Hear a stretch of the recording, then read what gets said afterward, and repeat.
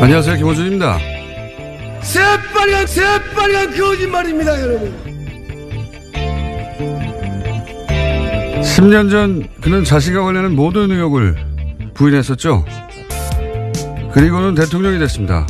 그렇게 많은 의혹들을 달고도 대통령이 될 수 있었던 건 사람들이 그의 말을 전적으로 믿어서였는가? 아니죠. 기꺼이 한 표를 던진 사람들도 사실 그의 말을 신뢰하지는 않았습니다. 하지만 상관없었죠. 그가 나를 부자로 만들어줄 것만 같았거든요. 내 부동산, 내 주식이 뛸 것 같았거든요. 내가 부자가 될 수 있는데 거짓말 좀 하는 게 뭐 큰 대수인가. 사람들은 그렇게 그가 아니라 자신의 욕망에 표를 던졌고 채워진 건 사람들이 아니라 오로지 그의 욕망뿐이었죠. 사람들은 사기를 당한 겁니다. 하지만 사기는 그 거래로 비정상적인 이득을 보려는 피해자들의 욕망 없이는 애초부터 성공할 수가 없죠. 사기의 피해자는 피해자면서 동시에 그 공범인 경우가 많습니다. 그가 드디어 포토라인에 서게 되는 오늘 이 말을 하고 싶습니다. 이명박은 혼자 이명박이 된 게 아니다. 이명박을 이명박 되게 한 모든 걸 돈으로 채워나고 나머지는 눈 감아버리는 우리 안의 이명박들, 그 저열한 이명박들을 이명박과 함께 보내자. 그래서 이명박 같은 자를 대통령으로 뽑는 나라가, 그런 천박한 나라가 다시는 되지 말자. 김어준 생각이었습니다.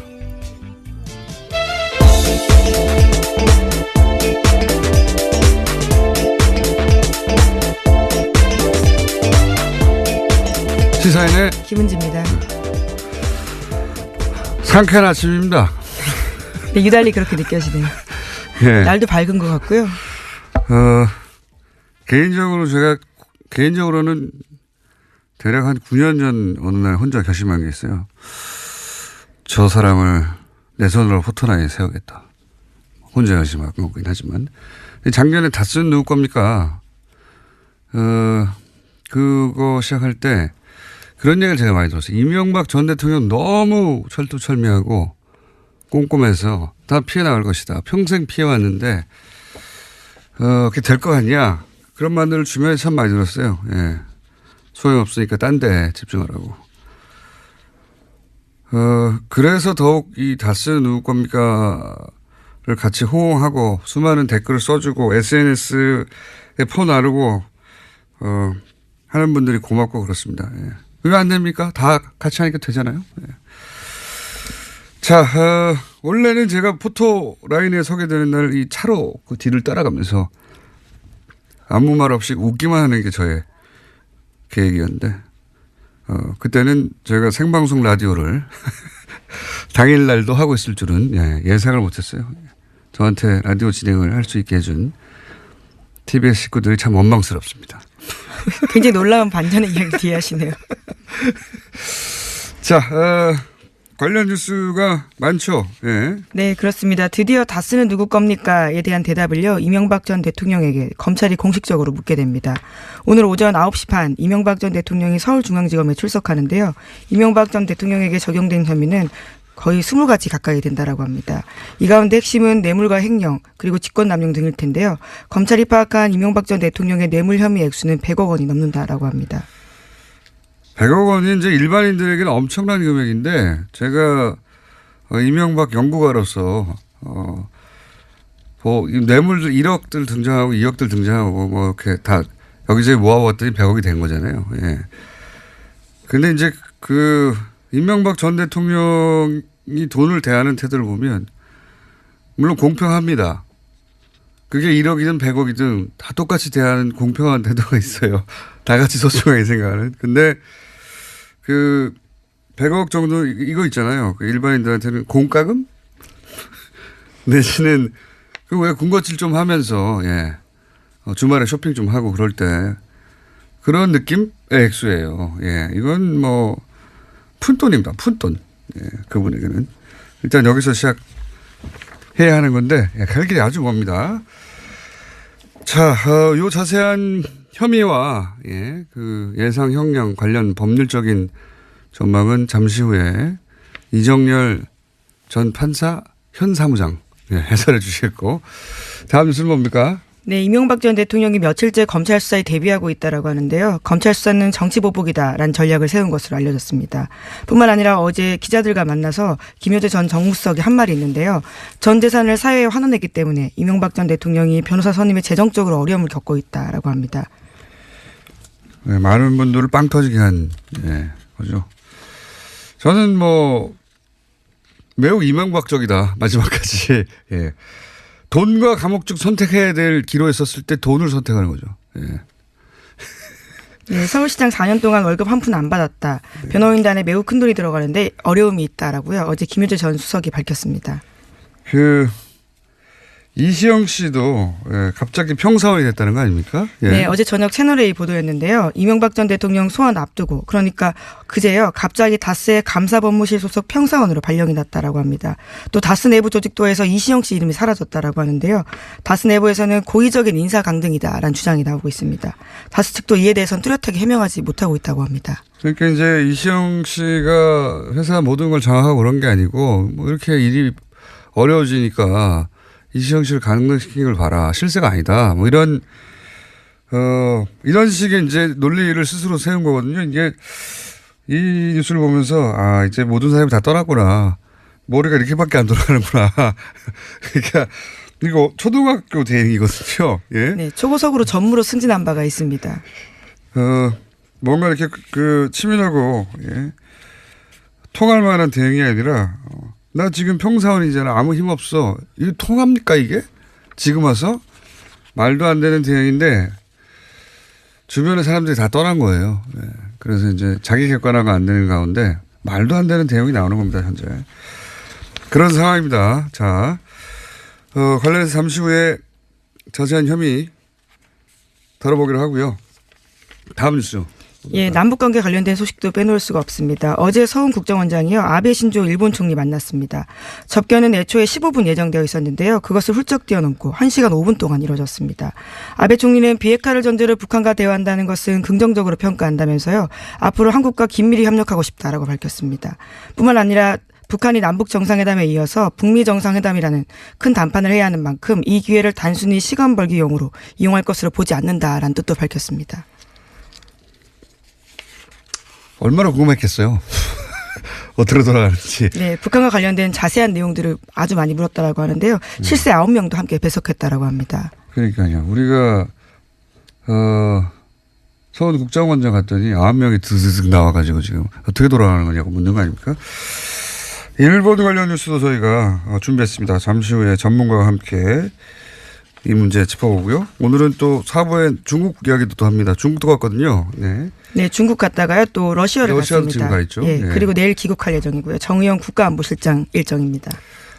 그러는 사이에 미국에서 트럼프 대통령은 대표적인 대화파였죠. 틸러슨 국무장관을 해임했습니다. 네, 그렇습니다. 북미 정상회담 앞두고 외교안보팀을 개편한 건데요. 해임하고 후임인 측근인 마이크 폼페이오 CIA 국장을 지명했습니다. 그것도 트위터를 통해 가지고 발표하게 됐는데요. 틸러슨 장관이 북한과의 직접 접촉을 제안한 직후에 그런 식의 내용들을 썼습니다. 심지어 틸러슨 장관도요, 자신의 경질 소식을 트럼프 대통령 트위터를 보고 알았다라고 합니다. 네, MBC 보도에 따르면요. 굉장히 트럼프적이에요, 모든 게. 예, 트위터로. 이 공식적인 절차가 있지 않습니까? 미국의 국무장관 엄청나게 막강한 권한을 가지고 있거든요. 예, 전 세계를 다니는 예. 거죠. 국무장관을 해임하기 위한 절차가 있죠. 트럼프 대통령 머리에는 그런 게 없어요. 자신이 결정하면 끝나는 겁니다. 예. 해고. 그걸 트위터로 쓰고 국무장관의 트위터로 그걸 보고. 근데 저는 틸러슨 국무장관이 북미 회담을 할 것이다 라고 말하는 순간 이 틸러슨 장관을 해임할 거라고 저는 생각했어요. 왜 그랬냐면 트럼프의 기준은 단 하나입니다. 모든 영광은 나에게. 모든 영광은. 그러니까 북미 대화 된다고 하니까 그 틸러슨 장관이 그동안 노력한 것이 결실을 맺었다. 이런 식의 분석들도 있었거든요. 꽤. 보기가 싫은 거예요. 그 보기가 싫은 것이고, 일부라도 다른 사람에게 공격하는 걸 견딜 수 없어 하는 거고요. 그래서 거꾸로 저는 이 경질이 북미 회담이 성사될 가능성이 거의 확정적이다라고 보여주는 이제 트럼프 대통령에게 감정이입해서 세상을 보자면 북미 회담이 이루어졌을 때 그 영광을 조금이라도 나눠 먹는 사람은 용서할 수 없어. 내가 다 먹을 거야 이거거든요. 본인이 모든 걸 지고 가겠다는 뜻으로 봐야 된다는 거죠. 그러니까 모든 건 나 때문에 일어난 일이라는 거죠. 예, 틸러슨이든 누구든 조금이라도 옆에서 미국 언론들이라든가 이런 사람들이 오랜 세월 트럼프가 그 강경 대응할 때 틸러슨이 끊임없이 대응한 덕이다. 이런 얘기가 나오는 건 견딜 수가 없는 겁니다. 그래서 하는 얘기는 북미 대화가 정상회담 성사되었을 때 생각하는 거죠. 이거 딴 사람이 가져가면 안 된다고. 예. 대단히 트럼프적이고 당연한 해고라고 봅니다. 저는. 예. 그리고 거기에 거꾸로 강경파를 심어둔 거 아닙니까? 이 강경파가 이런저런 어려운 이야기할 때 본인이 다 해결하는 거죠. 예. 지구를 구하는 거죠. 매우 트럼프적인 경질이라고 봅니다. 자, 다음 뉴스는요. 네, 경찰 댓글 관련 문건이요 또 나왔다고요. MBC와 경향신문이 보도했습니다. 다음 아고라, DC인사이드 같은 인터넷에 친숙한 사이트조차요 종북 사이트로 분류했다라는 건데요. 게시글의 내용에 따라서 핵심 세력, 동조 세력, 불만 세력으로 나눠 감시했습니다. 지난 2011년 10월달 경찰청 보안과에서 작성된 문건에 따른 내용입니다. 이건 이제 단순히 댓글을 다는 걸 넘어서 경찰이 댓글을 달았다고 하는 것도 좀 충격적인 거지만 그것도 그 규모도 뭐 2천여 명 가까이 경찰 그리고 7만 명 정도의 보수단체 회원들을 활용하려고 했다는 건데 근데 이게 어떻게 하다가 문건이 나온 거냐면 그 소위 블랙팬, 레드팬 일반인 네티즌들을 상대로 끊임없이 괴롭히면서 인터넷상에서 그런 여론을 조성하지 못하게 주저앉히는 역할 그 문건이 나온 적이 있지 않습니까? 네, 그렇죠. 그 기무사 발표들을 따라서도 나온 바가 있습니다. 사이버 사령부에서도 나왔고, 예, 기무사에서도. 근데 그 문건에 이 명단을 경찰과 공유하라고 하는 데서 이 단서가 돼서 여기까지 온 거거든요.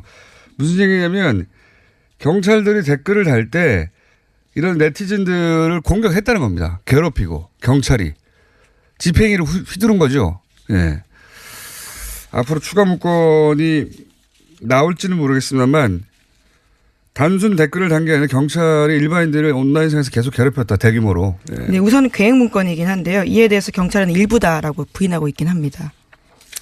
뭘 안 부인하겠습니까 지금. 자, 그리고 그 문건 이후에 실제 사이버 안보 신고 요원 뭐 이런 식으로 예, 운영하려고 했던 얘기 또 나왔죠. 예. 네, 관련된 문건이 또 나온 건데요. 이 시기도 눈길을 끕니다. 대선을 앞두고 있는 2012년 2월 달인데요. 경찰청 보안국에서 만든 문건입니다. 보수단체 회원 여론 대응 요원으로 선발 시도하려고 했다라는 건데요. 임무는 비공개 커뮤니티부터 게임이나 일상생활 커뮤니티에서 활동하면서 이른바 안보 위협 요소에 색출을 하라라는 겁니다. 그러니까요. 처음 나온 문건은 그 전에고요. 그 전에는 계획일 뿐이었다고 변명했거든요. 또 문건이 나온 거예요. 그 다음 해에 일종의 운영계획, 실행 계획이었죠. 이제 이렇게 문서만 작성하고 또 안 했다고 그러겠죠. 예. 네, 경찰은 그렇게 밝히고 있습니다. 문건은 계획에 불과하고요. 실행되지 않은 것으로 파악하고 있다라는 건데요. 우선 내부적으로 수사단이 꾸려지긴 했습니다. 어디까지 밝혀질지 모르겠는데, 예. 저는 뭐 제보자들이나 이제 내부 고발자들이 나오겠죠. 예. 나라가 완전히 뭐. 네, 뿐만 아니라 당시 경찰청장들도요, 모두 다 지시하지도 보고받지도 않았다라면서 부인하고 있긴 합니다. 경찰, 국민을 보호하라고 있는 모든 조직, 군, 경찰, 국정원, 모두가 다 국민들을 괴롭히고 있었던 거예요. 감시하고. 말도 안 되는 거 다 잡아들여야 됩니다, 저는. 이 2,000명이라고 치죠. 2,000명이 사이버 다 그 수사받고 또는 뭐 벌을 받으면 그럼 경찰은 사이버 수사는 어떻게 하냐 뭐 이런 얘기 할 수 있어요. 사이버 수사 6개월 못 해도 됩니다.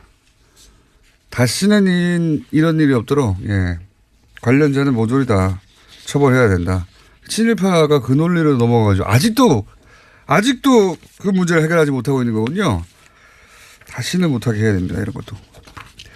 자, 이정현 판사님 옆에서 꿈뻑꿈뻑하고 벌써 앉아 계시기 때문에. 자, 오늘 여기까지 하겠습니다. 시사인의 김은지였습니다. 감사합니다. 네. 바로 이어서 꿈뻑꿈뻑 계속 옆에서 언제 나한테 말 시키나 앉아 계셨던. 안녕하십니까? 안녕하십니까? 네. 담담하게 혐의와 쟁점을 짚어보겠습니다. 담담하게. 혐의가 뭐 20여 개다. 그런데 너무 많잖아요. 네.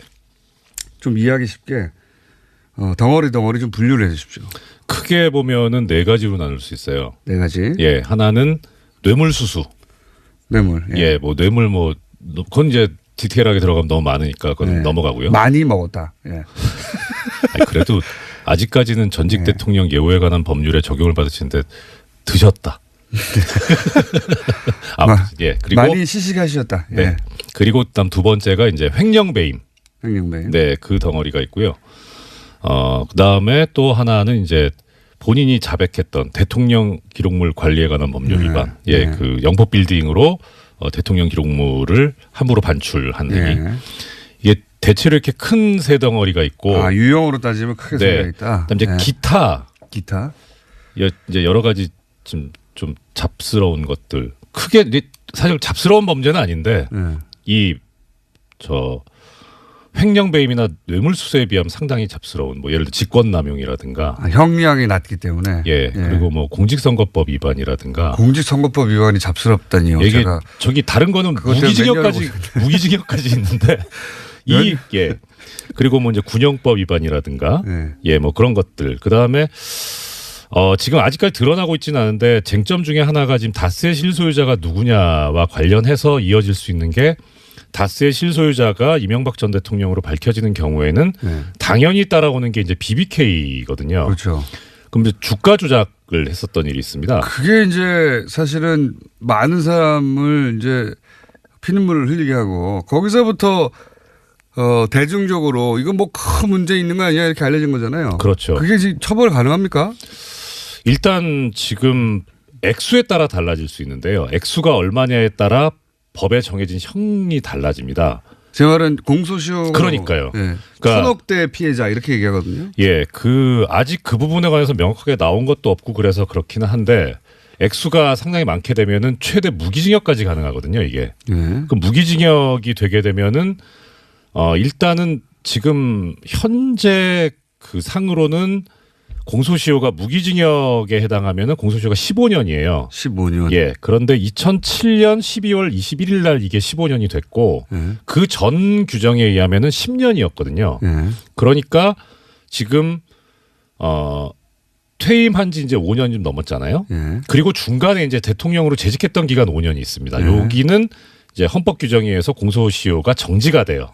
그러니까 취임하기 5년 안에 있었던 범죄라면 그러면 적용이 될 수도 있어요. 취임하기 5년 안에. 예. 2008년 취임했는데요. 그러니까 그렇죠. 그러니까 참여정부 출범해서 그 기간 안에 이루어졌던 범죄라면은 BBK 주가 조작 사건도 가능성이 있어요. 근데 주가 조작은 그 직전에 일어난 일인데. 그러니까 이게 그 범죄 행위 종료 시점이 언제냐에 따라 다르거든요. 140억을 돌려받을 때까지 계속 이어지는 거 아닙니까? 그거는 좀 다릅니다. 그건 그러니까 달라요? 주가 조작이 아니고 그 140억을 돌려받은 거 아까 말씀드렸던 직권남용 그 부분에 관련이 있는 거죠. 아슬아슬하네요. 예, 그게 사실 뭐 이게 사실 드릴 말씀은 아닌데 이제 법률 종사자 입장에서는 참 이게 흥미롭고 연구 가치가 있는. 예. 그러니까 조금 전에 공장장님께서 범죄의 시작과 끝은 어디인가 따지는. 그렇죠. 그러니까 범죄가 종료돼야 그때부터 공소시효가 시작이 되거든요. 그렇죠. 그러니까 이게 끝나는 시점이 언제냐. 그러니까 주가 조작이라고 하는 일련의 과정들. 예. 끝나는 시점이 언제냐로 보는 것이다. 그렇죠. 근데 이게 그거는 아무리 생각해도 140억을 돌려받는 데까지인데요. 왜냐하면은 이 140억은 주가 조작을 해서 만든 돈이 빠져나간 거거든요. 그 돈을 되돌려 받는데 직권을 남용하긴 했지만 되돌려 받음으로 해서 주가 조작을 발생한 이익을 다시 얻는 범죄 완성이 되는 거 아닙니까? 이런 상쾌한 날에 그 부분에 관한 답은 약간 부정적인 쪽이어서 제가 안 드리는 걸로. 기왕이면 거기까지 갔으면 좋겠는데. 모든 것은 거기서 시작되었는데. 그렇죠. 예. 안타깝게도 그 주가 조작으로 피해를 입은 분들은 보상을 받지 못할 수도 있는. 예, 민사시효는 더 짧기 다르지만, 때문에 예. 지금 민사시효는 지금 대통령 재직 중 기간이 소멸시효 정지나 뭐 중단 사유가 아니라서 BBK 관련은 빠져나갈 수도 있다. 예, 그럴 수 있습니다. 예. 다만 이제 하나 좀 더 뭐라 그럴까 희망을 가질 수 있는 부분은 이걸 말씀드리면 되겠네요. 공범자가 기소돼서 처벌을 받게 되면 그 기간은 공소시효가 정지됩니다. 근데 김경준 씨가 처벌받았잖아요. 그러니까 이게 여러 가지 지금 복합적인 사유가 있어요. 이거 그 연구 사례네요. 네. 이렇게까지 복잡한 사례가 별로 없죠. 저는 아직 못 봤습니다. 그렇구나. 잘 연구해 주시고 다음 시간에 BBK는 가능한가? 주가 조작은 가능한가? 네. 이 BBK 사건 안에 이명박 전 대통령이 할 수 있는 모든 기술이 다 들어가 있거든요, 여기에. 그렇죠. 정확한 표현인지 모르겠는데 펀더멘탈이죠.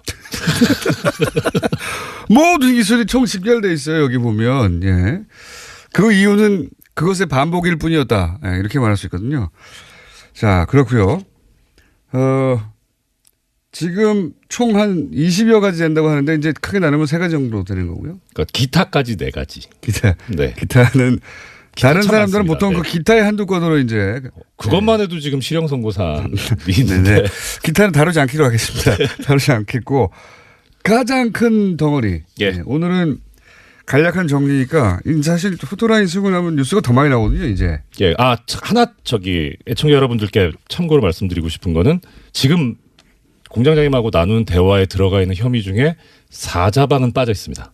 그렇죠. 예. 그게 가장 큰 문제죠.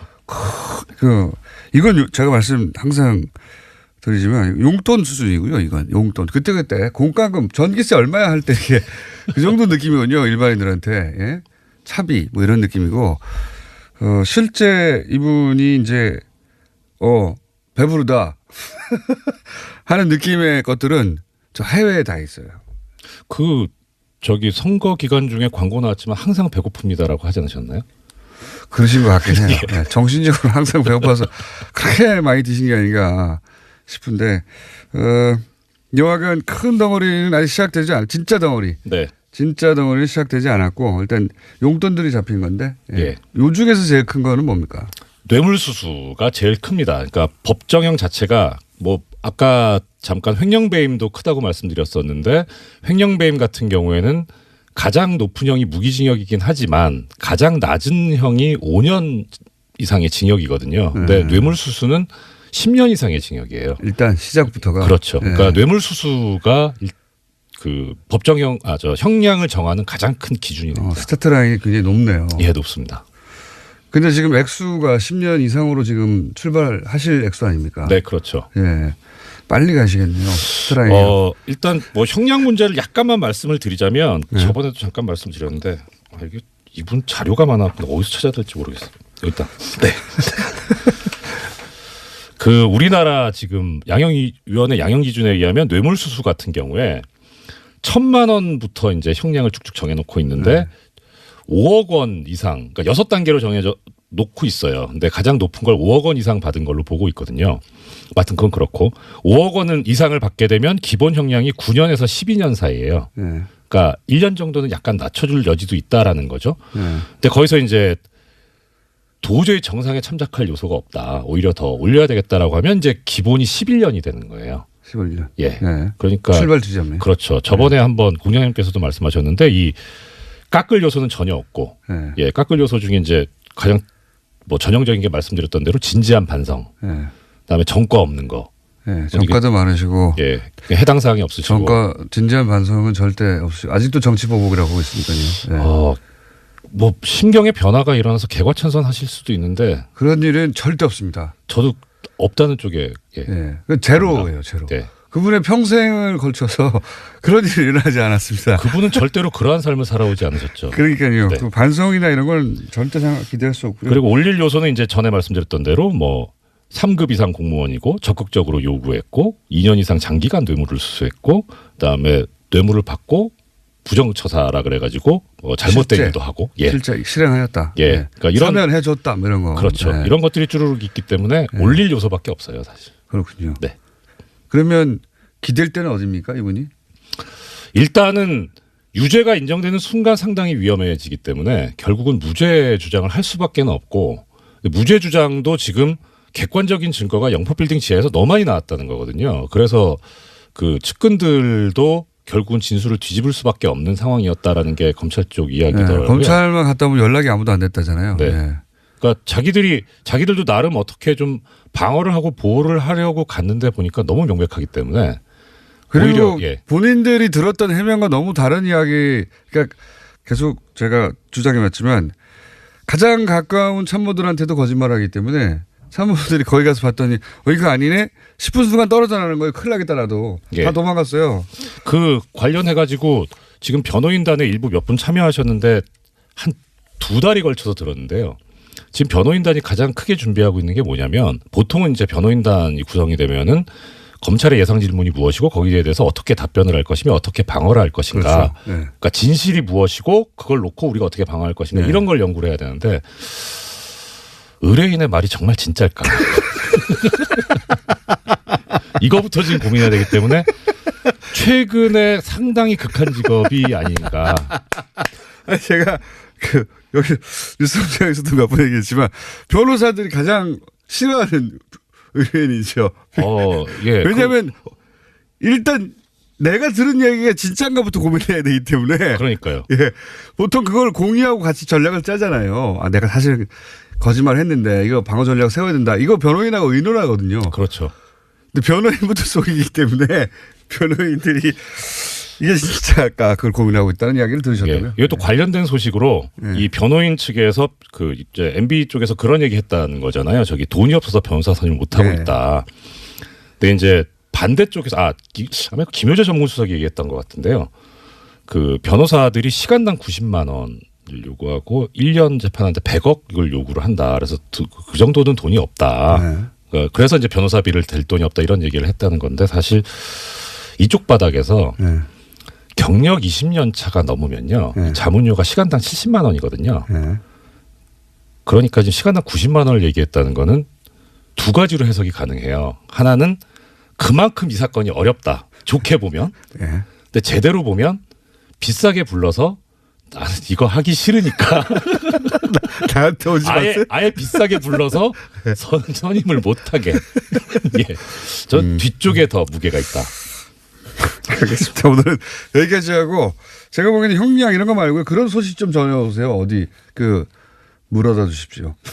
하나 있는데 시간이 모자라네요. 짧게 해주세요 그러면. 양형위원회 소식이 하나 있습니다. 양형위원회요? 그러니까 지금 이재용 피고인도 그렇고 최순실 피고인도 그렇고 이게 형이 너무 센 거 아니냐? 낮은 거 아니냐? 낮은 거 아니냐? 그러니까 지금 뭐가 문제냐면 아까 말씀드렸다시피 이 뇌물수수 같은 경우에 빨리 해야 되는데 뇌물수수 같은 경우에 6단계인데 제일 낮은 게 1,000만 원, 그다음 1,000만 원에서 3,000만 원 사이, 3천에서 5천 사이, 5천에서 1억 사이, 1억에서 5억 사이, 5억 이상 이렇게 돼 있는 거예요. 그러니까 이 양형위원회 사람들이 고민을 했던 건 뭐냐면 5억 이상을 받겠냐. 그거 만들 때 공무원이 5억을 직접 받는 경우가 그렇게 흔하겠어. 그리고 5억 이상을 누가 주냐. 이런 거였어요. 그리고 뇌물공여 같은 경우엔 4단계인데 3천. 3천에서 5천, 5천에서 1억. 사법부가 너무 순진했던 1억 이상. 그러니까 이 양형위원회에서 그래가지고 이 사건이 터지고 나서 이걸 고쳐야 되겠는데 근데 고치면 너무 뻔하잖아요. 이게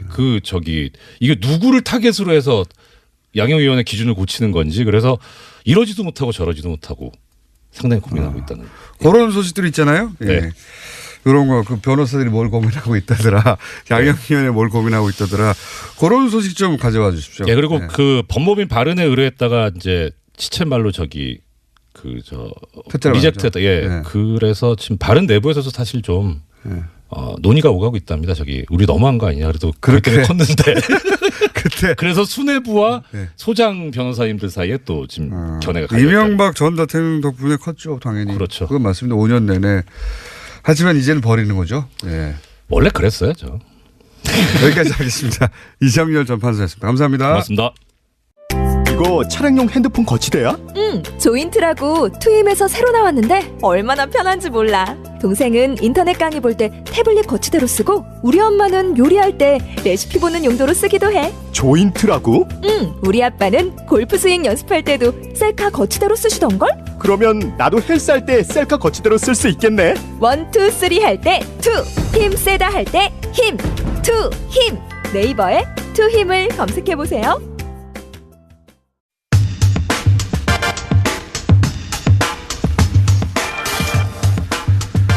남북 정상 그리고 북미 정상회담 소식이 전해지자 일본이 크게 당황했다는 뉴스들 많이 들으셨을 겁니다. 오늘 전문가 직접 모시고 이 상황 좀 짚어보겠습니다. 일본 게이센 여학원대 이용채 교수님 오늘은 스튜디오에 지금 나오셨습니다.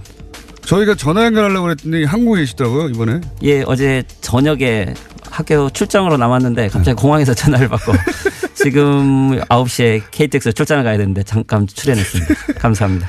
저는 일본을 치라고 연락했더니 한국 공항이신 거예요. 그래서 바로 스튜디오로 납치해서 지금 캐리어 들고 일로 오셨어요.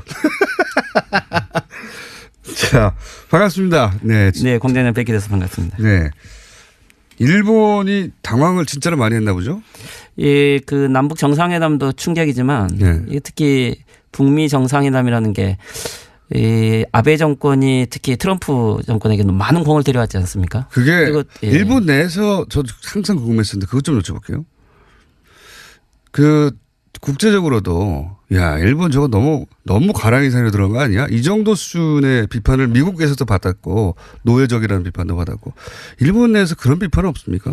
근데 일본의 어떤 안전보장이라는 것은 뭐 동아시아 국가들과 친구 사이였으면 문제가 안 되는데 네. 동아시아에서는 고립돼 있었기 때문에 일본, 한국 다 사이가 나쁘죠. 그렇죠. 그래서 네. 이제 미국에게 일관되게 가는 게 그렇죠. 네. 일관되게만 하는 것이 어떻게 안전하다고 생각한 거죠. 그래서 그런 정도도 우리가 참아내야 된다는 게 보편적인 일본 인식입니까?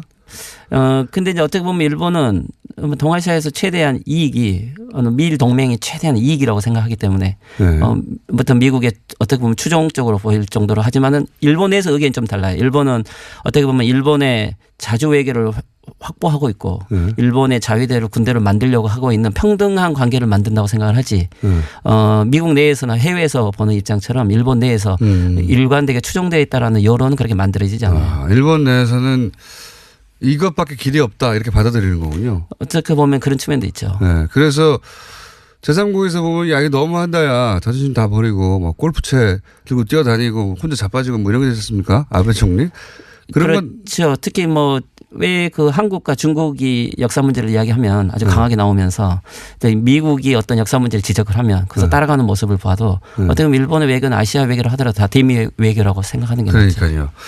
진정한 지구상의 가장 강력한 친미 국가가 아닐까 싶었는데 그런데 이제 일본이 당황했던 게 자기들은 전혀 모른 채 이런 게 자기들 뒤통수를 때리는 결정이 이루어졌다 혹은 배신하는 결정이 이루어졌다 이런 느낌을 받나 봐요. 뭐 어쨌든 북미 정상회담은 세계적으로도 큰 뉴스이듯이 네. 하지만 일본은 어떤 일이 있어도 이 미일 이 현재 강화를 통해서 네. 북한의 경제 제재를 해가고 있는데 네. 근데 일본에게 어떤 사전 통보도 없이 네. 그리고 시간이 걸릴 거라고 생각했는데 트럼프 대통령 스타일이라고 할까요? 네. 직접 북미 정상회담 하겠다는 결정을 나중에 들었기 때문에 네. 뭐 일본에서는 지금까지 외교안보 전략을 만들어 오는 과정에서 보면 아주 큰 충격이죠. 특히 여기 보면 그 산케이 신문에서 그 후지테레비에서 항상 하는 네. 프라임 뉴스라는 하는 아주 중요한 네.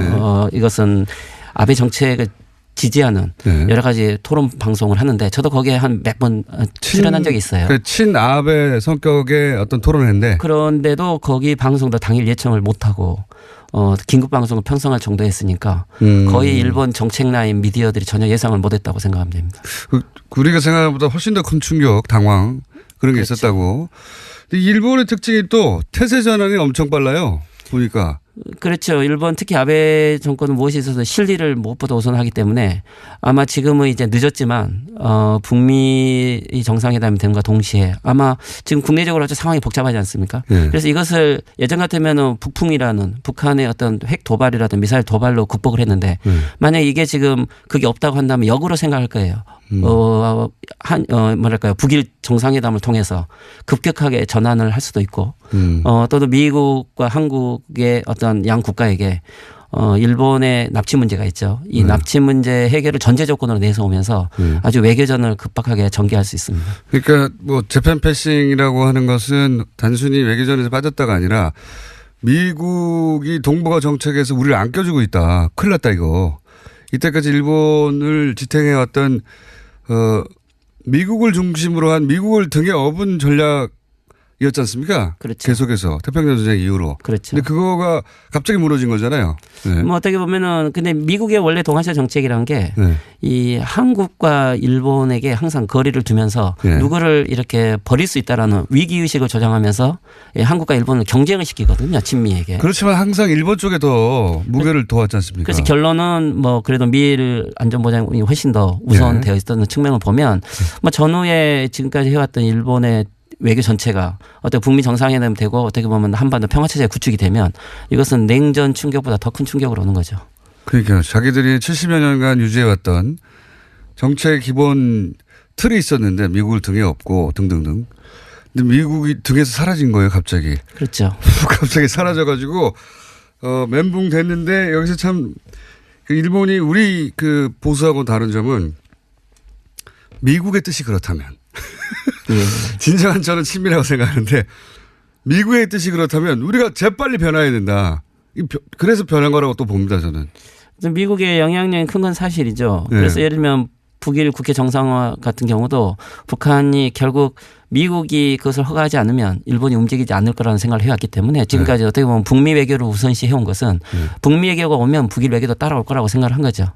그만큼 어떻게 보면 일본의 독자적인 자립적인 외교 폭이 아주 좁아졌고 어떻게 보면은 미일 외교만을 해왔던 냉전 이후에 탈냉전 이후에 일본 외교가 어떤 북핵이라든지 위기의식을 조장하는 외교를 해왔지만 이게 어떻게 보면 질서 재편이라든지 평화구축 체제로 갔을 때 빠르게 전환하지는 못하는 좀 이런 딜레마에 빠진 것 같습니다.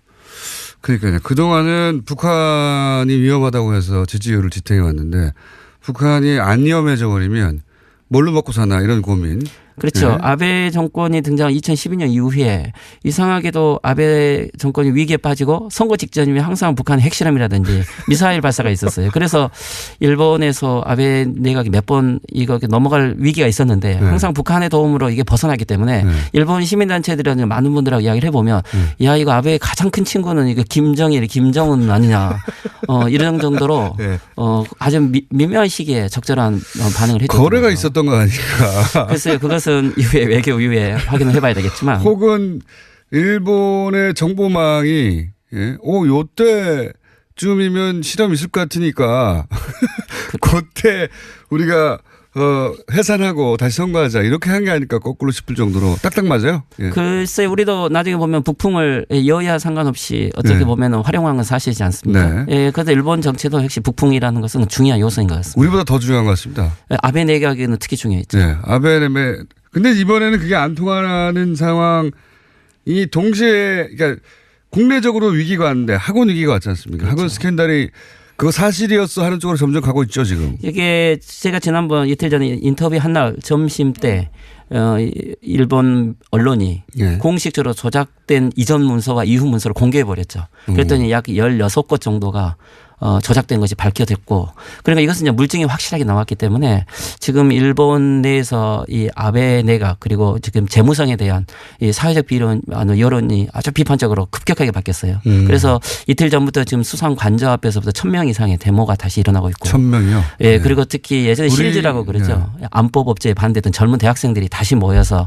지금 이번 주 다음 주까지 집회 일정이 계속 잡혀 있기 때문에 이것은 잘못하면 형사 사건까지 갈 수도 있는 중요한 사건. 형사 사건이라면 아베 혹은 아베 측근들이 이제 포토라인에 서게 되는 그런 거. 일단은 재무성 간부부터 시작을 하겠죠.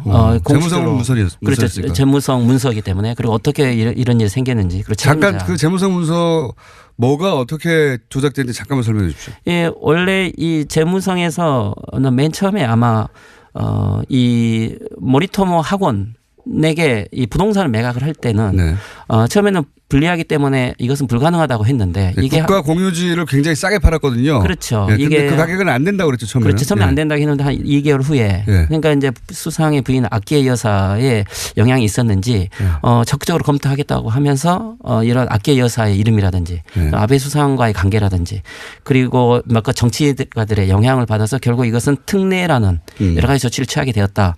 이런 내용들로 문서가 공식으로 결재가 났는데 근데 이제 이게 언론에 리크가 돼가지고 국회에서 점점 질문을 받게 되니까 질문을 받는 작년 그 기간에 이 문서에서 그런 아베 아키에 수상의 부인의 이름이라든지 관련자 이름을 다 삭제한 거죠. 그러니까 그리고 특례라는 남아에도 다 이름도 삭제를 한 거죠. 정상적인 거래처럼. 그렇죠. 그런데 이제 그 문서를 국회에다가 제출해 버렸기 때문에 어떻게 보면 문서 조작을 해서 국회에 제출하고 은폐까지 한 상황이 된 거죠.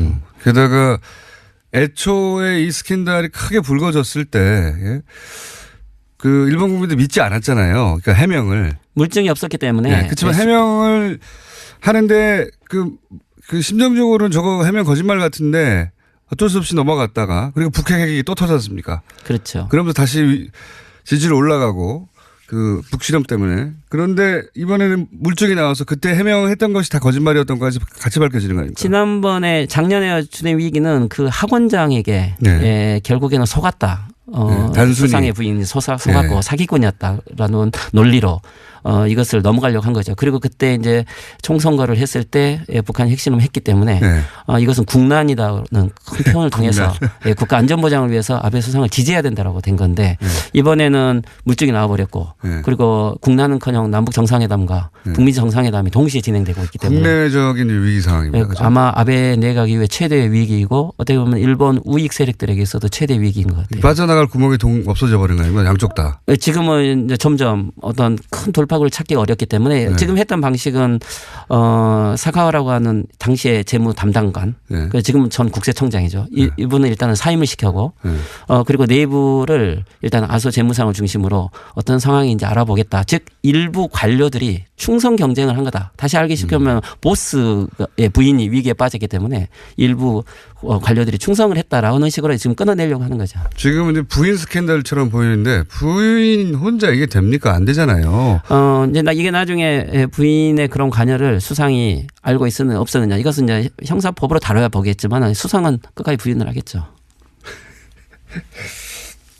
굉장히 우리나라에서 몇 번 일어났던 일인데 근데 이거를 빠져나갈 유일한 창구가 북한 핵실험 같은 건데 그게 안 되고 그러면 아베 내각은 어떻게 됩니까? 좀 어떻게 전망하십니까? 근데 이제 올해는 메이지 150년이고요. 특히 아베 내각과 우익은 어떤 일이 있어도 올해 헌법 개정안을 제출하려고 했죠. 그래서 올해 9월에 총재 선거가 너무나 중요한데 어쨌든 이제 아베 지금 수상은 2020년 도쿄올림픽과 그리고 올해 헌법 개정 이것을 해오기 위해서 지금까지 전후 시나리오를 만들어 온 건데 지금 여기에서 한 5, 6개월 남겨놓고 여기에서 넘어지기에는 너무 아까운 거죠. 그래서 어떤 일이 있어도 시간을 끌고 지금 전 국세청장을 사임까지 시키면서도 이 위기를 극복하려고 하겠죠. 그리고 또 한 가지는 그래서 아베 내각이 어떻게 보면은 특성인데 실리 전환이 아주 빠른 거죠. 그래서 경우에 따라서는 부풍이 없으면 또 다른 부풍 즉 북일 정상회담이라든지 아주 외교에 적극 타면서 요즘에 어제 나온 뭐랄까요 잡지 중에 하나의 재미있는 것은 지금 국제 정세가 이렇게 급격하는데 우리가 국내 문제에 이렇게 매몰되어 있을 상황이 아니지 않느냐라는 논조가 나오는 걸 보면 아주 새로운 물타기를 하는 것 같아요. 거기도 물타기 모든 전 세계 정치권이 물타기를 하긴 합니다만 논리 개발을 또 그렇게 하는 거군요. 지금 여론을 국난인데 바꿀 수 있죠. 국난인데 이제 일본이 전 세계적으로 고립되어 간다라든지 지금까지는 북핵의 위기였다면 지금 일본이 미국에게도 그리고 경우에 따라서는 한반도가 통일됐을 때 핵을 가진 한반도가 되지 않겠느냐. 그랬을 때 일본은 고립되지 않느냐라는 부분 속에서 지금은 오히려 더 국론을 통일해야 된다는 논리로 바꿀 가능성도 있죠. 네. 국론 분열을 하면 안 된다는 우리가 수십 년 동안 들어왔던 그 논리를 그게 저 일본에 수입된 거라고 생각했었는데 우리 요즘 그런 얘기 안 하거든요. 국론 분열 이런 얘기 안 하는데 거기 또 써먹고 있네요. 어떻게 보면 그렇죠. 어떤 우리나라 정치 스타일이나 경제 구조가 일본의 영향을 많이 받았기 때문에 네. 그런 많은 유산들이 남아 있고요. 근데 이제 우리는 시민의 힘으로 그런 구조들이 많이 바뀌었지 않습니까? 네. 하지만 일본 사회는 매 적시기마다 그러한 찬스는 있었지만 이게 다 항상 은폐돼 버리고 네. 또 그것을 없었던 것처럼 흘려버렸기 때문에 이게 지금 쌓일 대로 쌓여온 거고 지금 이번에 하나의 특성은 이 문제가 두 가지의 요소가 개입된 거예요. 하나는 언론이 아주 집요하게 지금 물고 늘어진 건 처음이거든요. 아하. 그리고 또 한 가지는 이런 자료가 왜 나왔을까? 이것은 네. 관료들이 폭로를 하고 있는 거죠. 그러니까요. 그러니까 일본의 이 관료 사회는 아주 신뢰가 있는 사회였는데 네. 지금 정치가들이 관료 사회를 장악하고 있는 거죠. 특히 아베 내각에는 관료 아하. 인사위원회를 가지고 모든 관료들을 따라오도록 만들었는데 관료 사회의 저항이기도 하군요. 그렇죠. 이게. 그러니까 이 관료들이 보기에도 이것은 너무 심하다. 그래서 지금 관료의 차관급, 국장급이라고 하면은 아주 일본에서는 동경대 법대를 졸업한 최대 엘리트들인데 이들이 지금 여러 형태로 폭로를 했었던 거고 이번 자료도 문서가 나왔다는 것은 결국은 누군가가 그렇죠. 그 문서를 넘겨준 거죠. 어허. 그 관료 사회도 시민 사회도 또 일본으로부터도 미국으로부터도 아베가 위기에 직면해 있다. 오늘 여기까지 하는데 언제 돌아가십니까? 예, 저는 3일 후에 돌아가는. 가시 전에 한 번 더 납치해서 모시려고 저희는 계획 중입니다. 오늘 여기까지 하겠습니다. 게이센 여학원대 이영채 교수였습니다. 감사합니다. 네, 감사합니다.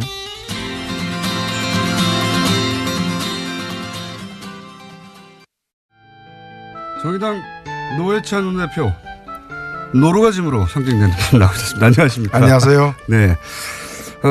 지금으로부터 1시간 반 후면 이명박 전 대통령 포토라인에 서게 됩니다. 근데 2분 만은 포토라인에 쓰지 않을 거라고 예상하셨던 분들이 많아요. 네. 죄가 없어서가 아니라 워낙 잘 빠져나왔기 때문에 그동안. 네. 그죠? 섰어도 한 20번은 섰어야 되는데 최소한. 어떠십니까? 감회가 소회가? 예. 이 겨우내 묵은 빨래를 세탁기 돌리고 대청소하는 그런 날이 시작된 것 같습니다. 진경 총수에게 딱 청소하고 나서 왜 그 개운해지는 기분 같은. 그렇죠. 네. 그동안 청소할까 하긴 했는데 네. 이제 이 빨래만큼은 청소를 이 빨래만큼은 예. 냄새 많이 빨지 나는데 못했던 거죠. 예, 네. 냄새 많이 나는데 절대 빨지 못하지 않을까 싶었는데 저는 무엇보다도 우리 국민이 이 사람을 이 자리에 서게 맞습니다. 만들고 있다. 네. 다스는 누구 겁니까 하고 외쳤던 국민들. 맞습니다. 그러면서 우리 공장장 역할도 컸다고 생각합니다. 그렇게 생각합니다. 온갖 댓글에 다스가 누구 거냐고 사람들이 묻기 시작하니까 네. 예. 아무 상관없는 기사에 연애면 기사에도 연애 기사 누구 결혼했다고 그러는데 다스는 누구 겁니다 올라오고 그 거의 모든 분들이 참여하니까 답을 하지 않을 수가 없는 거죠. 그렇죠. 답을 해야 할 의무가 있는 기관이 정말 많은 사람들이 참여했어요 여기에. 네. 다스는 누구 겁니까? 예. 근데 여전히 이제 정치 보복이라고 하는데 이건 뭐 전혀 통하지 않을 일인데 당연히. 아니 보복으로 따지자면은 보복당한 거는 이명박 전 대통령이 아니고 국민이에요. 이 87년 이후로 우리 직선제가 새롭게 시작되고 대통령 직선제 새롭게 시작되고 7번의 대통령 선거가 있었는데 그중에서 2등과의 격차를 가장 크게 벌리면서 당선된 압도적 지지로 당선된 사람이 MB예요. 서민경제 살리겠다고 이제 당선됐는데 결국에 본인 경제만 살린 거잖아요. 보복당한 건 국민이 보복당한 거지. 정치 보복 얘기하려면 국민이 얘기해야지. 배신당한 것도 국민이고요. 본인이 할 얘기는 아닌 거죠. 그리고 보복을 자기 측근들로부터 당하고 있죠. 그거야 뭐 측근들이 정상화되기 시작하는 거죠. 본인을 제외하고서. 저는 이제 검찰과 싸웠다기보다는 자기 측근들하고 싸우고 있는 양상입니다. 측근들이 다 돌아서 가지고 다 손가락을 이명박 전 대통령을 향하고 있기 때문에 검찰 수사하기 아주 편했을 것 같아요. 앞으로 이제 들어가게 되면은 흔히 그동안 얘기해왔던 사자방까지 포함해서 4대강 그 자원 외교 방산비리 앞으로 이제 드러나지 않은 그 빙산의 아래 수면 하에 있는 것들이 많이 드러날 가능성이 있습니다. 거기가 진짜 크죠. 그리고 조단위가 해외에 있다고 저는 확신하는 것이 그런 숫자를 본 적이 있거든요. 그 숫자를 본 적이 있습니다. 저도 벌써 5년 6년 전에 네. 이거는 결정적 제보자와 함께 터져나오기 시작할 것이다. 예, 그게 이제 뭐 라디오인 뉴스공장에 오지는 않을 것 같은데 틀림없이 큰 뭐 지상파 뉴스 혹은 뭐 JTC 같은 곳에 그런 제보자들이 나타날 거라고 봅니다. 저는. 예. 큰 숫자들이 터지기 시작, 조단위 숫자가 터지기 시작. 이제 검찰 수사로 이제 신병 처리가 되게 되면 더 가능성이 높아지게 되는 거죠. 그러니까요. 예. 그때 제가 보기에는 이상득 전 의원의 아들 이지영 씨 네. 또는 사위 이런 이름들이 같이 등장할 날이 머지 않았다. 라고 저는 전망하는 바입니다. 개인적으로는. 예. 네, 저도 가능성이 높다고 봅니다. 그러니까요. 해외 큰 덩어리들은 다 해외에서 이루어졌잖아요. 네. 예. 이 정도인가 하는 정도의 규모가 앞으로 튀어나올 것이다. 오늘 어떤 메시지를 전할까요? 그 소토라에 있어서? 국민 여러분 죄송합니다라는 말은 안 할 것 같고요. 이게 자기 죄를 시인하는 그 발언을 하지 않을 것 같고 대통령으로서 한 점 부끄러운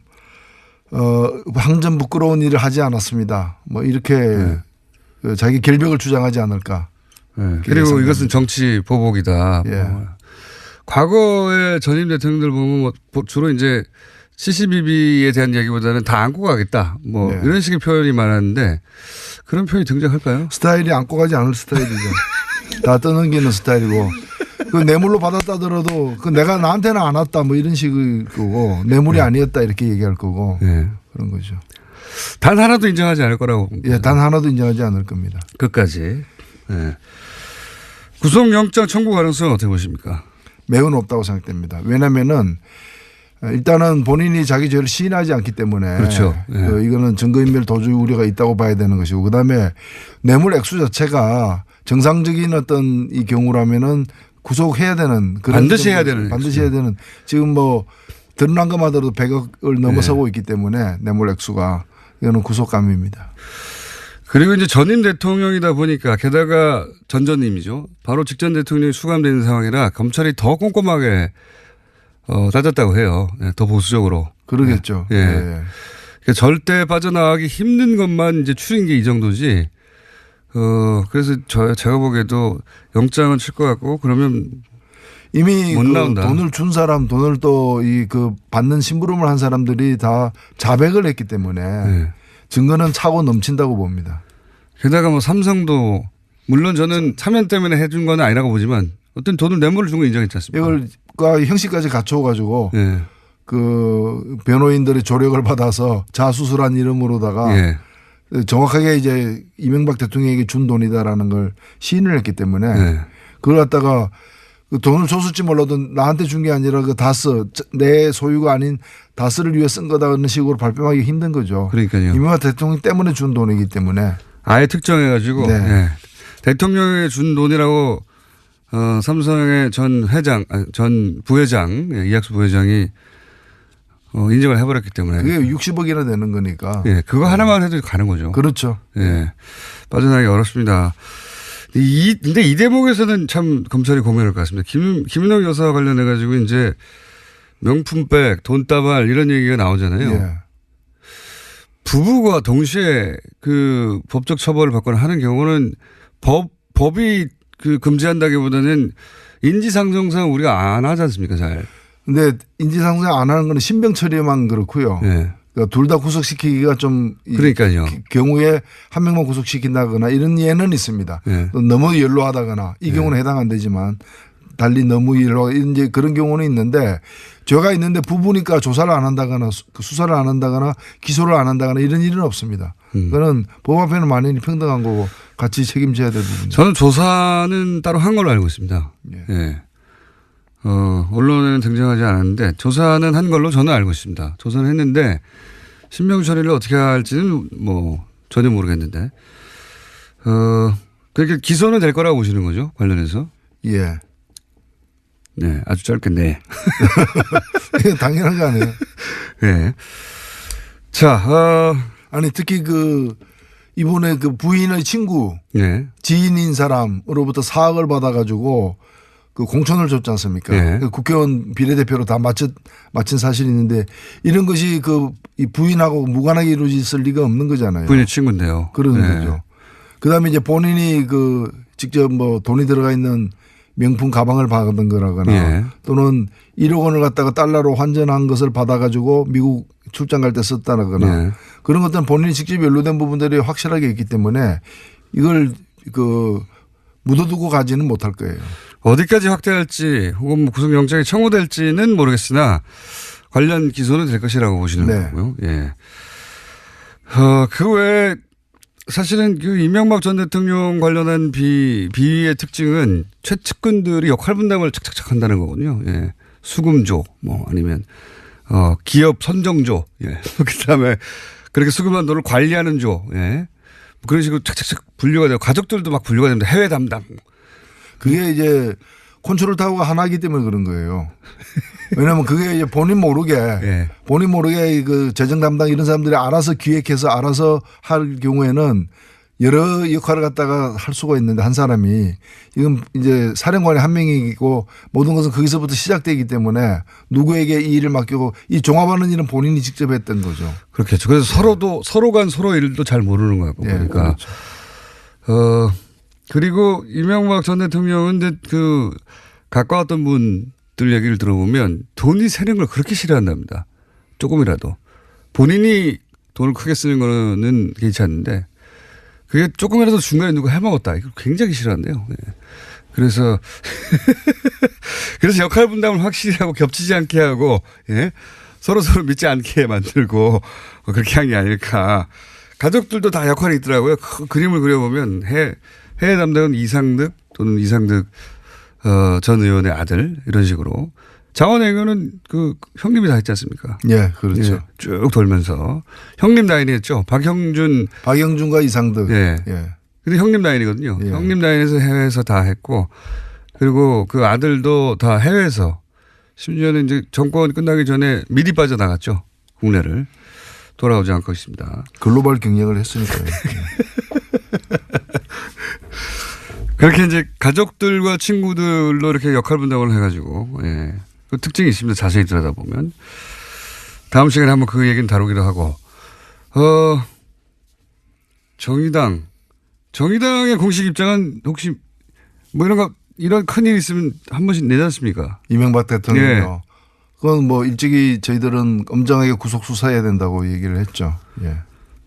정의당 얘기로 넘어온 이유 중에 하나는 이제 공동교섭단체. 예. 예, 이거, 흥미로운 시도이다. 예, 이런 말도 많았는데 결국 하기로 했어요. 일단은 뭐 최종 결론은 안 났지만 저희들이 네. 적극적으로 의원단 한다. 총회에서는 네. 하는 방향으로 결정을 하고 당내 이제 절차를 밟고 있습니다. 정의당, 그러니까 그 현실 정치인들은 당연히 그런 모색을 해야 되는데, 정의당의 평당원 지지자들은 또 의견이 다른 분들 꽤 있었을 거 아닙니까? 어땠습니까? 여론이 대체로? 특히 이제 정의당 내에서 예를 들면은 민주평화당과 치열하게 경쟁을 하고 있는 네. 그런 지역에서는 네. 사실은 굉장히 당황스러운 그렇죠. 그런 상황이기도 하죠. 지방선거 준비하던 분들. 그다음에 민주평화당의 일부 의원들의 과거의 노동 문제라거나 이런 데 대한 어떤 그 철학이나 이런 걸 네. 보면서 상당히 거리감을 느꼈던 네. 그런 이제 노동계라거나 이런 데서도 그 같이 해도 되느냐 이런 걱정이 많은 건 사실입니다. 네. 그래서 정의당 내에도 다양한 생각들이 있는 것이고요. 그래서 지금 치열하게 그 토론을 하고 있는 중이고 일정한 절차를 거쳐서 어떤 방향으로든 힘있게 하나로 결정을 내릴 겁니다. 그런데 이제 적극적으로 검토하는 쪽으로 이제 방향을 잡은 거 아닙니까? 저는 뭐 그런 문제들이 없는 건 아닌데 네. 충분히 그건 제기할 만한 문제라고 생각되지만 그러나 좀 더 크게 넓게 보자면은 이번 경우에는 하는 것을 선택해야 된다. 공동교수단체를 이루는 것이 뭐 당을 위해서도 그렇고 또 더 큰 뭐 이 촛불 이후의 개혁 진영에 힘을 실어주는 의미에서도 네. 뭔가 원내교수단체에서 2대 2가 되니까 그렇죠. 그런 점에서도 뭐 민주당과 이 민주평화당과 정의당이 서로 앞으로 협치해야 될 협력해야 될 일이 많은데 한편으로는 협력하고 한편으로는 경쟁도 하겠지만 그렇죠. 협력해야 될 일이 많은데 그걸 더 공고히 할 수 있다는 그런 기회가 생긴다는 점에서 선택하는 것이 맞다고 봅니다.